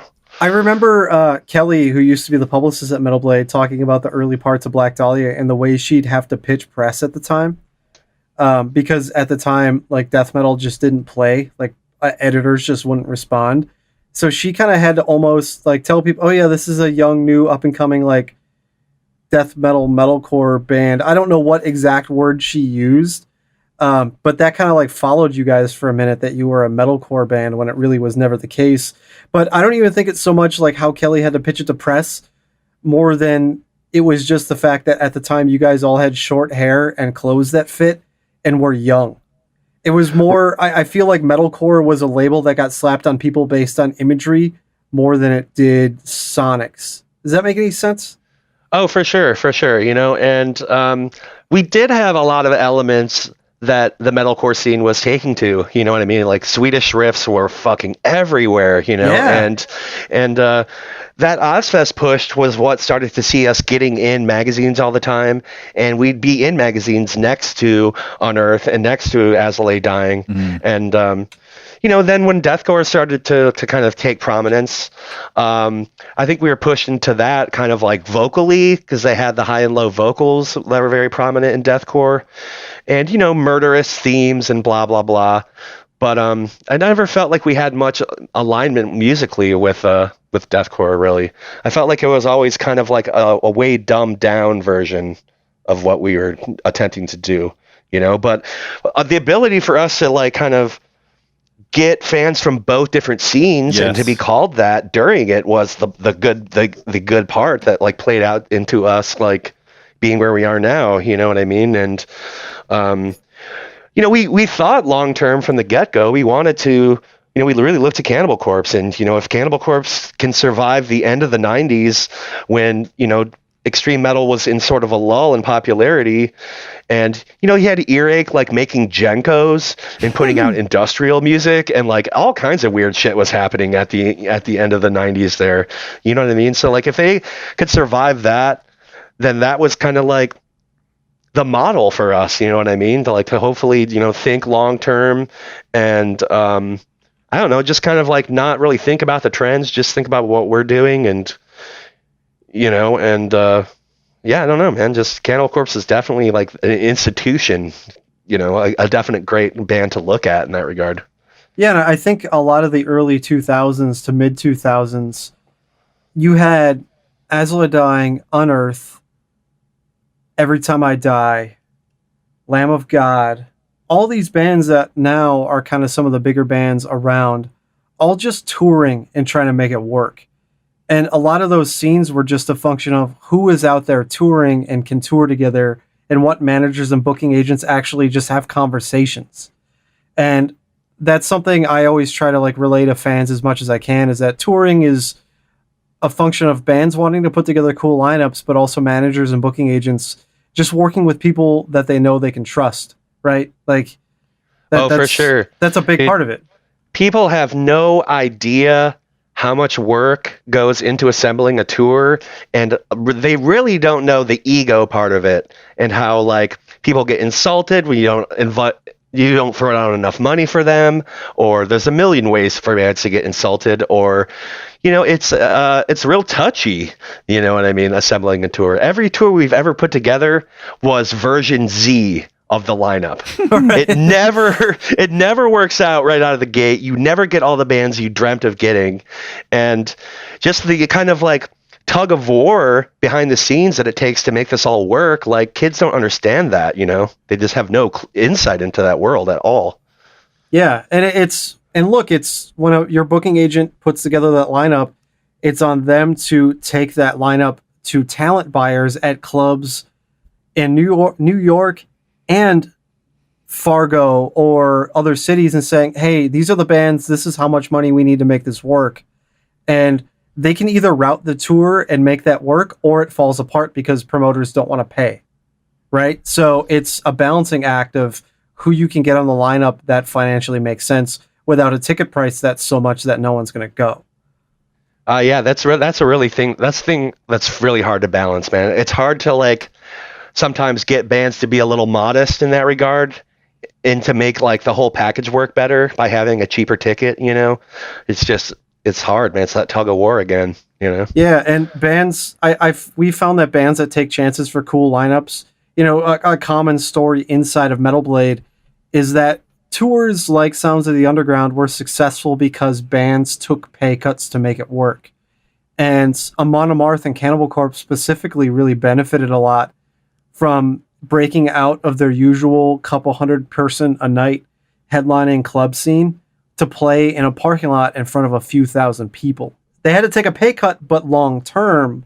Yeah, long term, look at where they're both at now, you know, fucking humongous, you know. And I remember thinking that same thing that I thought about BDM being on like that situation as I did about Cannibal. Like, wow, Cannibal's going to play on this mixed festival, like in a parking lot in front of kids. Like, this is amazing. This is going to be huge, you know. But it was a surprise at first. It was like, wow, man, this is great. You know, this is unexpected. Yeah, and of course, you know, that you have to balance whether or not the chance you take is worth it long term, or if it is an actual monumental waste of money that will financially ruin a band. Because we've seen that too, where I've seen bands turn down really big tours because they crunched the numbers and were like, you know what? Yeah, we'll come back homeless from that. So we just can't do it. So it really is tough. Oh, for sure. You know, there's been tours where we had to kind of sacrifice a little bit. And, but yeah, you just got to think long term, man. You got to think about how it's all going to play out and how the dominoes are going to fall from things. And, yeah, man, it's not all about like right now necessarily. You know what I mean? Yeah. Yeah. The music business, I'm really convinced, especially now, it's whomever is really the best at playing the long game. And that's social media, that's products, that's streaming, it's everything. It's really just about trying to make decisions now that in 5 years will still probably be decent decisions. And it's not always, you're not always right and you're not always wrong. It's, you know, trying to do the best you can. It's a business, you know what I mean? It's the music business. That's why they call it that. It's like you have to have a business strategy. If you're not treating your band, especially once you've like, you know, a lot of people view the very first steps you take as like the end all. It's like once you've secured a record deal and once you've secured a booking agent, once you've secured like management and all that kind of stuff, you know, if you're not going the like full indie route, that's when you really need to like formulate a business plan and be like, okay, cool. Now that we have all of our assets and all of our resources, how are we going to use these to our best benefit over the next 5, 10, 15, 20 years? You know what I mean? Like you have to turn that shit into a full blown career. And I think that a lot of bands, like I said, they get that foundation and are then like, well, welcome to fucking Easy Street. And it's like, bro, not at all the case. That's just the beginning, man. That's just the beginning, you know? And the smartest thing we did was really have this pact, basically. And we're like, all right, we're putting the rest of life on hold until we've seen this thing through. And, you know, to be in this band, there's no saying no. Like, it's just not on the menu. Like, if there's something to be done and we can go do it, we're doing it. And, you know, I understand why that is an intense schedule and why people have left the band, for sure. It's grueling, you know, touring is definitely not glamorous most of the time.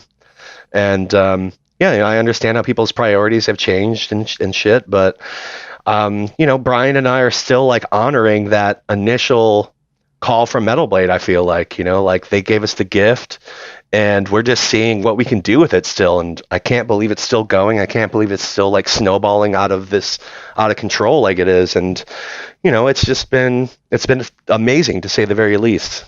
You have to talk more about this because this is like the biggest thing.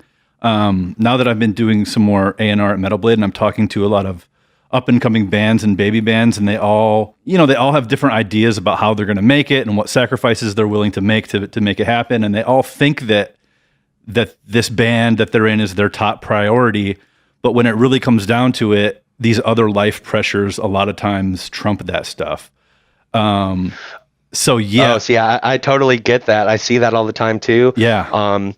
But if you want to do what we're doing, you have to go as hard as we went. You have to I don't think people get it. I think thing. People think like, oh yeah, they tour a lot, but I don't think they understand the level of grinding and hard work and just sacrificing everything to make the band happen that you actually have gone through to get to this point. Oh, for sure. You know, like it's relationships that are, you know, fall by the wayside. It's just years of normal life that just feel like they're gone. Yep. You know what I mean? Like I feel like I lived on the road and I had to like adjust to that. I used to kind of count the days and like, you know, like really focus on when I was going to get home and get back to life. Yes. You know, but you got to kind of just embrace living like that and be there in the moment and just kind of like enjoy it, man, because it's a necessary evil. It's not going anywhere. There's no finish line for success. You know what I mean? Like you can't just have one event and be done. It just doesn't work like that.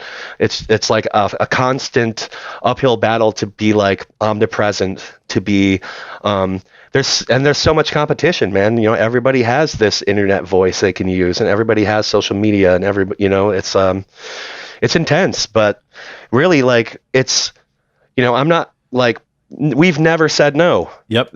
You know, we never said, hey man, I can't do that. I've got a fucking, you know, wedding I got to go to. Right. Like that's not in our world. Nope. Like that, you know, like it's just like, this is it. And if you have some time left that you get to live in, you know, you're lucky. Yep. Yeah. I remember when I went out with you guys to do that Nightbringers video on Summer Slaughter, and that schedule was insane. You guys would finish around midnight, load out, and bus call was almost always immediately because load in the next morning was 9 or 10 a.m. in the next city. So you guys would get off stage around midnight and you'd be sound checking the next day around noon or 1 o'clock after loading in. And then you had 10 hours before the set. And I think it was Atlanta. Eschbach just like went around the city and I still don't know where he went. He just disappeared because you have all this time. I don't even know how to put it, but when you have nothing but time during the day, it's this weird kind of, you're in a place that you don't live at, but you kind of live at for the day. You can't really do laundry most of the time. The internet connection is spotty at best and you can't go anywhere. And it's fun once in a while, but when you have to do that day in and day out, that can really grind on you. Oh yeah, I think that's the part that like that grinds people down, man. It's just the waiting, dude. There's so much fucking waiting and just like, you know, you're lucky if you're in a bus and you can, you know, take a nap during the middle of the day or something like that, you know. But dude, you know, it's definitely a hard life. It's definitely, you know, kids don't really think about that aspect. And well, not to mention the years of doing that same stuff, but having to drive yourself overnight and not even having that luxury of going in the bus and sleeping. Like, That's a luxury even, you know? Oh, for sure. Absolutely. And, you know, I miss those times in a way. It was like there was something really fun about, right. I guess we were all in control of our destiny, and you could, you know, go to Buc-ee's on the fly or whatever the fuck you wanted to do. Yeah. And, you know, there's a lot of laughs to be had when you're like stuck that close to your best friends, you know, but it's definitely, as we're getting older, it's definitely nice to have the luxury of a fucking bed to go to when you want to. Absolutely. You know, it's a huge difference. Yeah. You guys did the van grind way longer than you even needed to, just for financial purposes, as far as I can recall, just to save that money. Oh, for sure. I see so many bands that take a bus when they shouldn't. And, you know, we would just eat shit and push our own cabs and, you know, drive the van ourselves and come home with more money than them.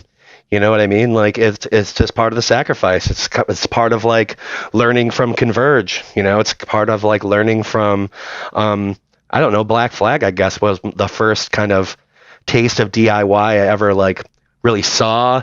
And a lot of, you know, just kind of like being in the punk world a little bit then just set me up for what I would apply to my band in the future, you know, like making the demos and making the fucking rap sheet to try to sell yourself to a label, and that we would have to do all the dirty work, you know what I mean? It kind of like, I think that was one of the things that attracted Black Dahlia to me at first. Like the very first few times I came, I didn't sing very well. I could pattern stuff and I could write lyrics, but I hadn't really sang in a full-on metal band, and I didn't have the voice for it quite yet. But finally, the third time I came back, I had a song all memorized that I'd written along to the music, you know, and I wrote it in the same exact way that I do now, just sitting in front of the computer in my underwear, you know, like, but I think they were impressed that I was like, all right, I went on a shitty tour with my other band and it was so much fun, and all I want to do is get signed. All I want to do is be in a real band that has a real record out and get it reviewed by real publications and have there be a demand for us somewhere, you know, because it wasn't happening in Michigan. We were definitely like nerd guys on the outskirts of the hardcore scene, and nobody took us seriously, whatever. And, you know, we thought, hell, well, you just got to leave here so we can fool people. Yeah.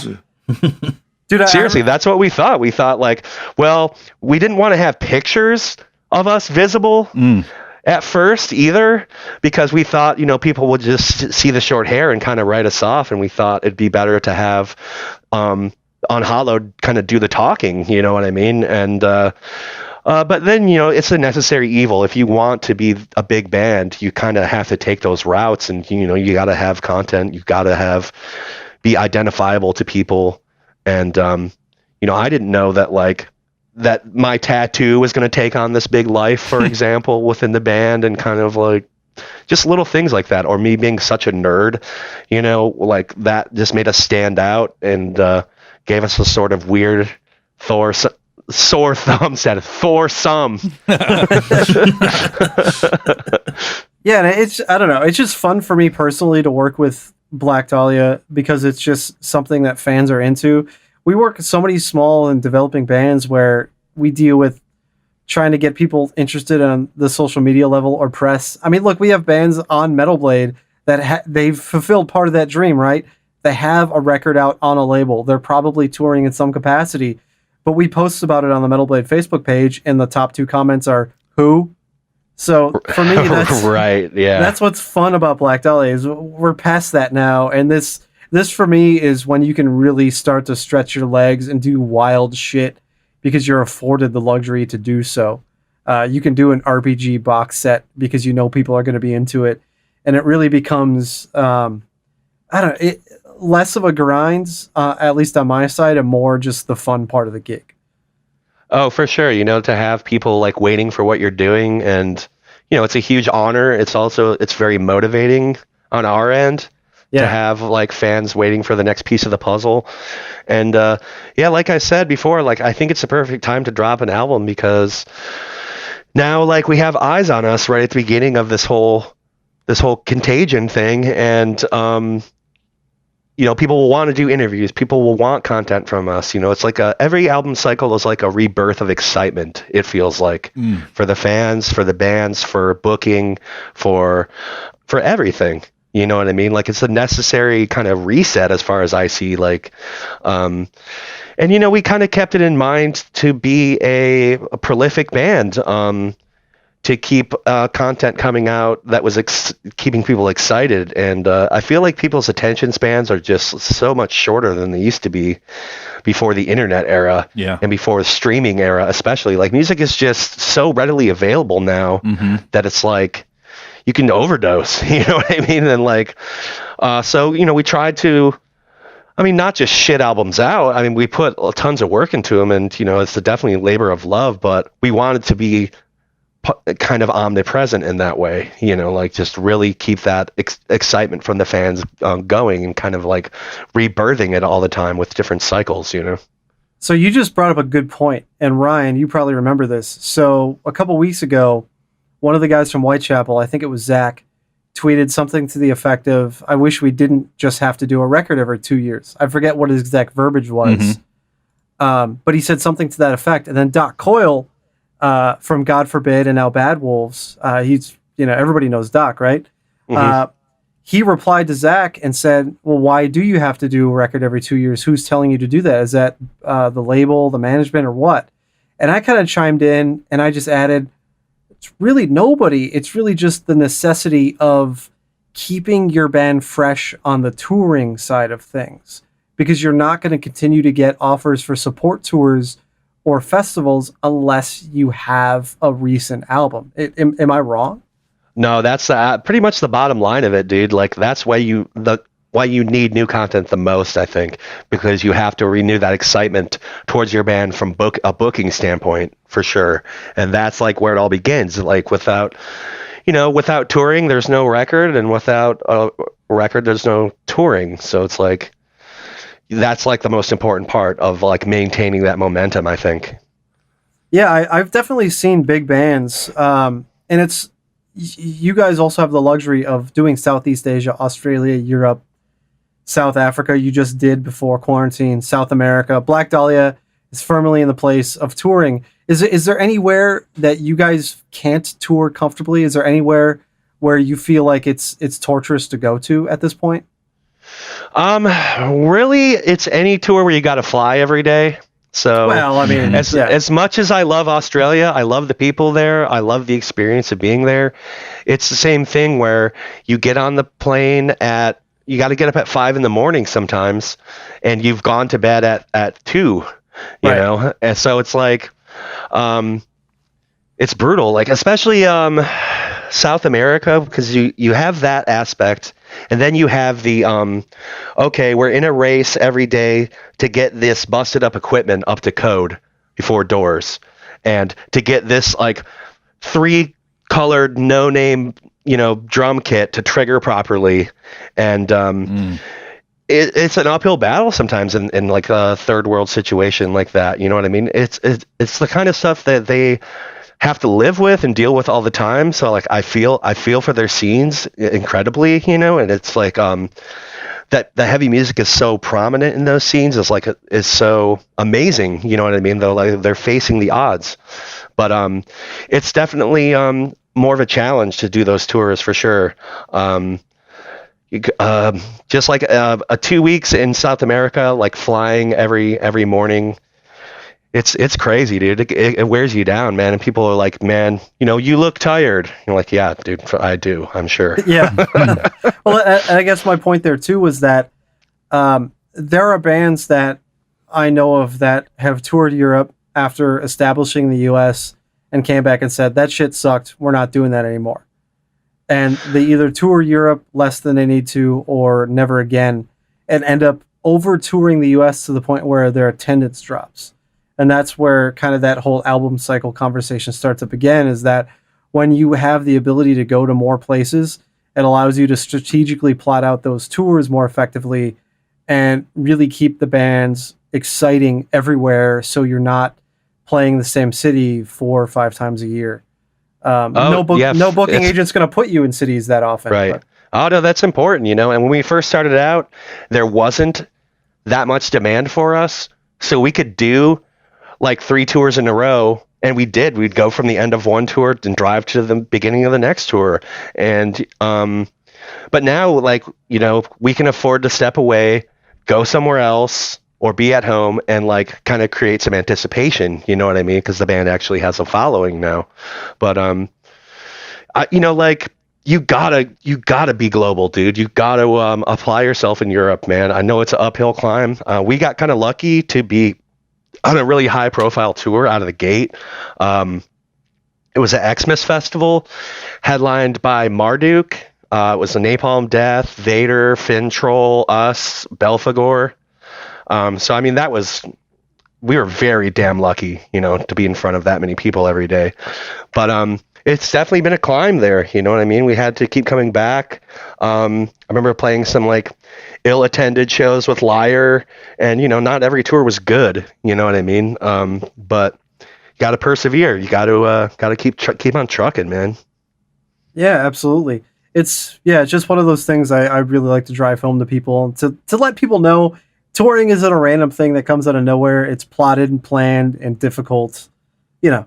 It's just those nuts and bolts things that I think a lot of metal fans are legitimately interested in. So there you go. I don't know.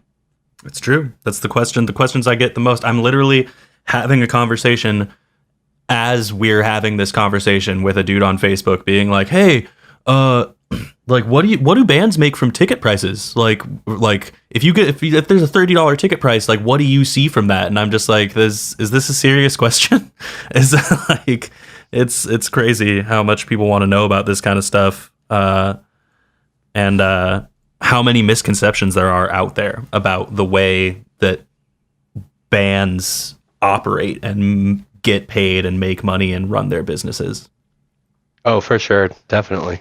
Yeah. Well, yeah, man, we've had you on for about an hour here, so unless Ryan and Riley, which, by the way, those are 2 difficult names to say back to back. How about you make that more complicated for me?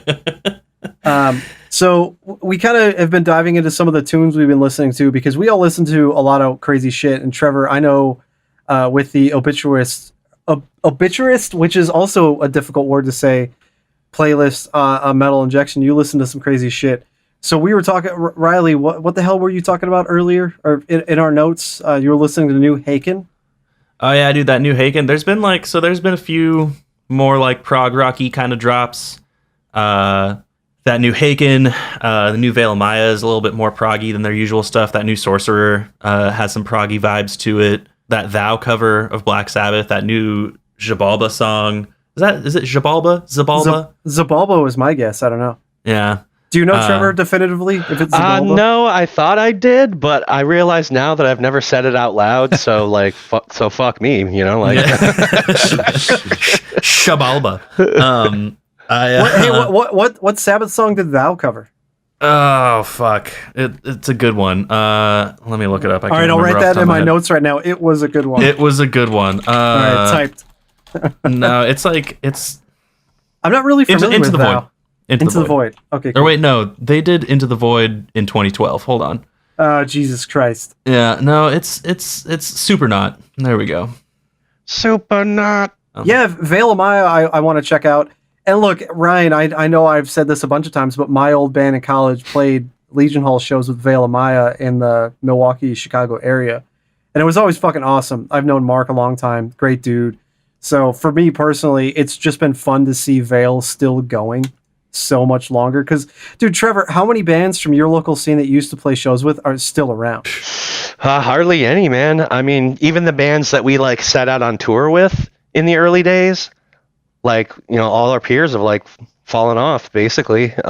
We've been really lucky to persevere, and but yeah, like the bands we grew up playing with, man, are just like a memory now. Man, it's like you look at the Return to the Pit Instagram, and like how many of those bands are still bands. Trevor, you sorry, Ryan. No, go ahead. Before you finish the thought, Trevor, you realize I put Aaron from Return to the Pit in the Nightbringers video, right? No, I didn't realize that. Yeah, I intentionally put him in a shot at one of the shows that he was shooting for you guys, just as an Easter egg for anyone that might know who he is, because he's such I he's love such that guy. Yeah, he's such a prominent photographer in the Northeast. Just he literally made a encyclopedia of the metal scene in the Northeast U.S. from like 2000 and now. It's fucking crazy. Oh, dude, I don't know how the fuck they've been so thorough, man. It's been incredible, dude. Talk about dedication. Yeah, he's a maniac. Ryan, sorry, what were you going to say? Oh, no, I was just going to see, since we were on talking about bands to check out, if not to put Trevor on the spot, but if he had any new things he's been hearing that he liked and wanted to pass on. A band called 200 Stab Wounds is awesome. They're on Maggot Stomp Records. Okay. I've been playing that. What else? The new Temple of Void, who are a local Detroit band. Yeah, that's cool. Made up of many characters from the scene that we grew up in. Yeah. But they're just fucking killing it right now. Some of the best Death Doom stuff I've heard in a long time. What else? The new Black Curse is cool. Well, we'll also just mention, everyone, if you're not following Trevor on Instagram or Twitter or something, you should be, because he puts out recommendations all the time on there. And like Vince mentioned, you have the Obituist at Metal Injection, where you do a breakdown of underground death metal all the time and all the bands you're listening to. So you're always putting new bands to check out there into the internet for people to also check out. So that's really cool. Yeah, man. And, I just try to use like our high profile, and I just saw such a hole in like metal media for this personal stuff that I like, so it kind of like pushed me into doing that. And, I mean, you know how I am with shit. I was already like neurotically kind of collecting and combing everything before that. So it's just kind of turning this into like a double positive thing. Well, I see so many of those bands like in your comments being like, "Oh my God, thank you so much for mentioning us." And so I think that they really appreciate the shout out too. And I'm sure you get a lot of people to check out bands that they otherwise would not have. So. No, it's cool. Like I hear that the column like would get like 10,000 hits or something like that. Wow. And for a little brutal death metal band, like that is a lot of push. Yeah. It's awesome that I could like affect things like that. And it's cool. It's good for my soul, man. Like I love the scene. I love the underground so much. It like inspires me to do what I do musically with Black Dahlia, but also, giving back to the scene a little bit, like just feels right, feels good. So and there's so many bands that are kind of selfish and wouldn't recommend another band. They think they're going to give their fans away or some shit totally. like that. Yeah. No, it's totally cool you give back to there. And it's not, that's funny that you mentioned that, because I think a lot of bands get caught up in their own, I don't know, band ego, or like they think that their band's the only band that matters or exists. And like you said, they don't want to share that, but you're really cool at spreading it around. So I think people appreciate it. Oh man, there's bands out there that only listen to their own band. That's what I'm saying. You know what I mean? Yeah, like that is crazy. That is a weird world, man. Yeah. That is a weird fucking world, and that sounds like a not fun world to be in. Totally. I've never understood that whole idea of like, oh, they're gonna steal our fans. It's like, bro, like, do you know anyone who listens to one band? Like they're gonna be like, oh well, I was listening to this band, but then I heard about this other band, so now I'm never listening to this band again. It's like, bro, that's how you build a community, is like having people knowing about everyone and everything, and loving and taking part in all of it. And it's just like that whole like hyper competitive, like they're gonna steal our fans kind of thing has just never fucking made any sense to me. It's insane. Oh yeah, same here, man. It's a really weird way to think. I feel like you're kind of shooting yourself in the foot in a certain regard, Totally. Yeah, absolutely. Yeah, metal's pretty damn collaborative, and for the most part, bands are all friendly with each other. I think there's definitely, when I go to a show and I'm backstage, it's a combination of me projecting my own self-loathing, but also I'm not part of that club. You know what I mean? I'm kind of dipping my toe in and spending some time there. But when you're part of that touring fraternity, it doesn't really matter your style or genre. You're kind of part of that joined suffering. Yeah. Oh, for sure. Like we found respect. We found ourselves like befriending so many bands like in weird situations that we would have never, like, Fall of Troy has been like a band that we keep running into and that we're friends with, and from totally different genre, entirely. Yeah. But yeah, like there's that common thread, you know what I mean? And I think for the most part, everybody that tours is cool. Mm-hmm. For the most part, I feel like if your head's on straight, you're thankful to be out there doing it, and you're going to be cool. You know what I mean? Yeah. So like, I don't know. I mean, there's tons of bands that I don't like musically that I like as people, for sure, because of situations like that.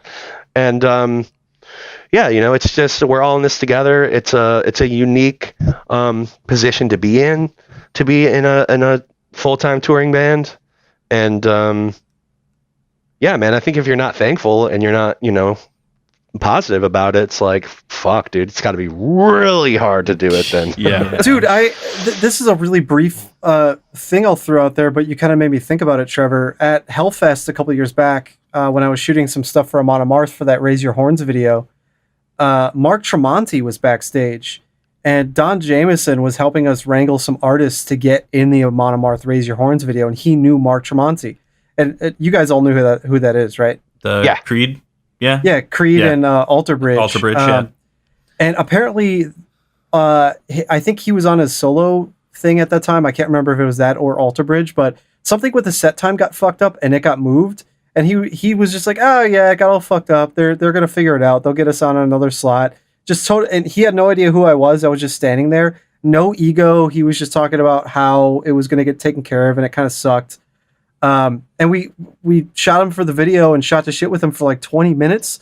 Couldn't have been a more friendly guy on a day where something at one of the biggest festivals on earth got completely fucked up.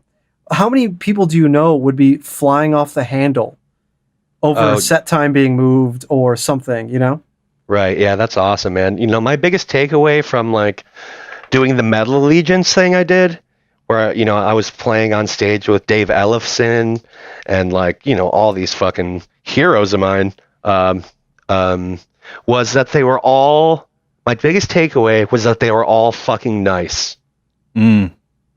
Seriously, they're all successful and they're all nice people. Like they're fucking nice to people. You know what I mean? Totally. Yeah, it's hard for jerks to make it too far in metal because the people that have to do the behind the scenes work will eventually stop doing them favors. Oh yeah, they'll they can sabotage you or just leave you for dead, Right. Yeah. Let you just continue to dig that hole and find someone else to help. There's really a lot of it. Uh-huh. It's fucking crazy, man. But I don't know. What the hell else are you listening to, Ryan? I know you listen to some weird shit. Check out Elder, the new Elder album.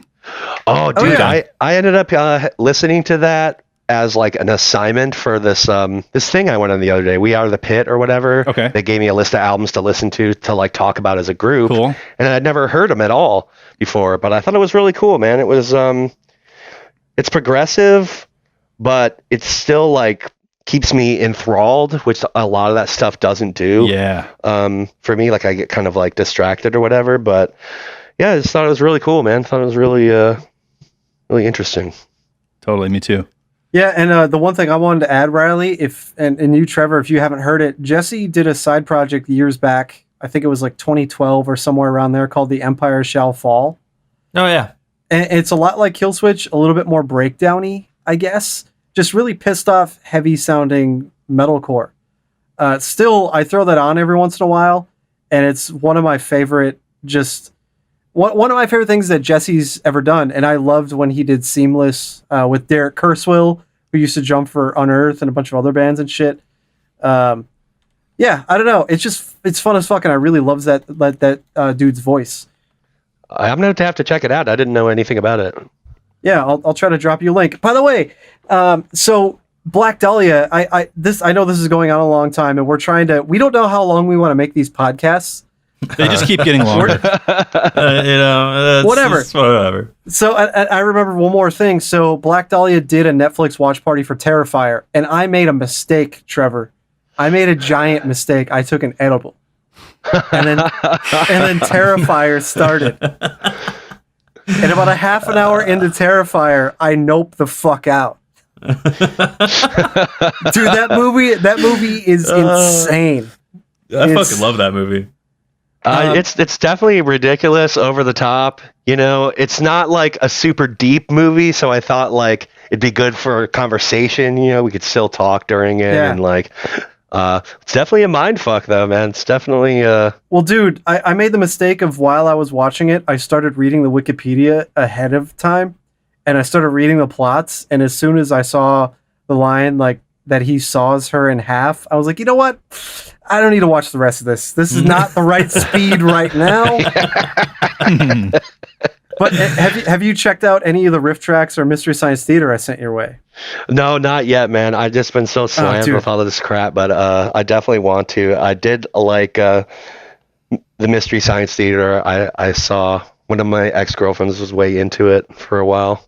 Yeah, that's another thing I dive into during quarantine is riff tracks and MST3K. The riff tracks of Birdemic is, oh my god, yeah. That is like top tier art. That is like high Renaissance shit right there. It's fucking oh my god, it's so good. Yeah, essential riff tracks are Birdemic, Silent Rage with Chuck Norris.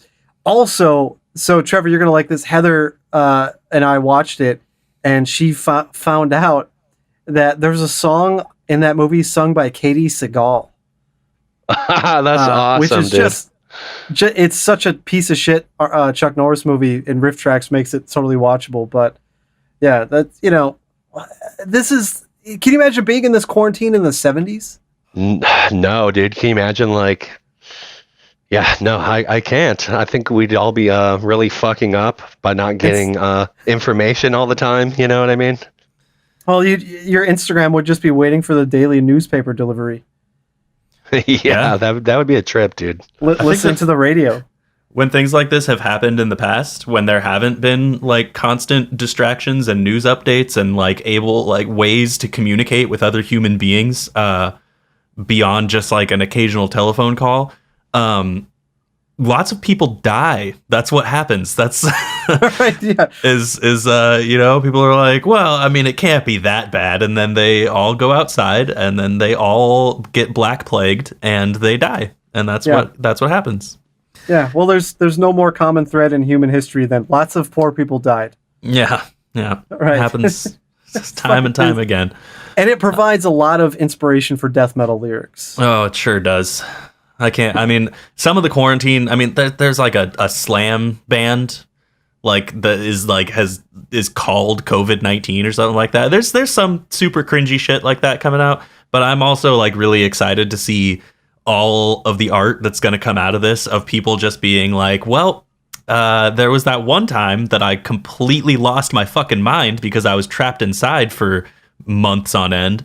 And I think that's gonna be super cool. All the like not novelty shit that is gonna come out of this is gonna be really exciting to see. I think there's gonna be a lot of really like introspective deep dives from artists that are happening right now that we're gonna see the fruits of, you know, in a few months. So dude, I totally agree, man. I think like the speed of life is like almost at zero right now, and like. Yeah. You know, you're back to 7th grade, man. You can't drive. You can just listen to records, play your guitar, and like that's it, man. So just fucking angst, just building it, just making a fucking castle out of that shit. You know, I'm having a decent time here at home, and I'm glad. At the very least, you know, we talked a lot with Travis Ryan from Cattle about just. This is kind of a nice reset. And even with Jarvis, it's been a really common theme on the podcast now of just a lot of people are enjoying that they're able to slow down right now. And what choice do we have but to make the best of a situation over which none of us has control? Yeah. So there you go. And I think that'll wrap it up for this episode of the podcast, unless you guys have any objections or any other crazy nuggets to drop. Oh, sounds good. Perfect. No, man, I'm fulfilled. I'm ready for my sandwich. Hell right. Yeah. Oh, it sounds so good. My post-coital sandwich. Yeah. Well, Trevor, thanks for taking the time, man, and thanks for taking the time to dive into Twitch and do all the troubleshooting that's involved with figuring out streaming and all that. I think, you know, this is a great record, and we're having a good time. Dude, yeah, thank you so much for all your help with the record and Twitch and everything you do for us. I fucking appreciate it, guys. It's been a blast. Right on. Well, hope to see you at a show in the not too distant future. Yeah, I would like that for sure. Definitely. Right on. Yeah. Thanks for tuning in to another episode of the Metal Blade Podcast. You can find us online at metalblade.com, at Metal Blade on Twitter, at Metal Blade Records on Instagram and YouTube and Facebook. You can also join the Blade Brigade Facebook group for more chat with other fans. And make sure to check out our playlists on Apple Music and Spotify. Thanks for tuning in. Catch you next time.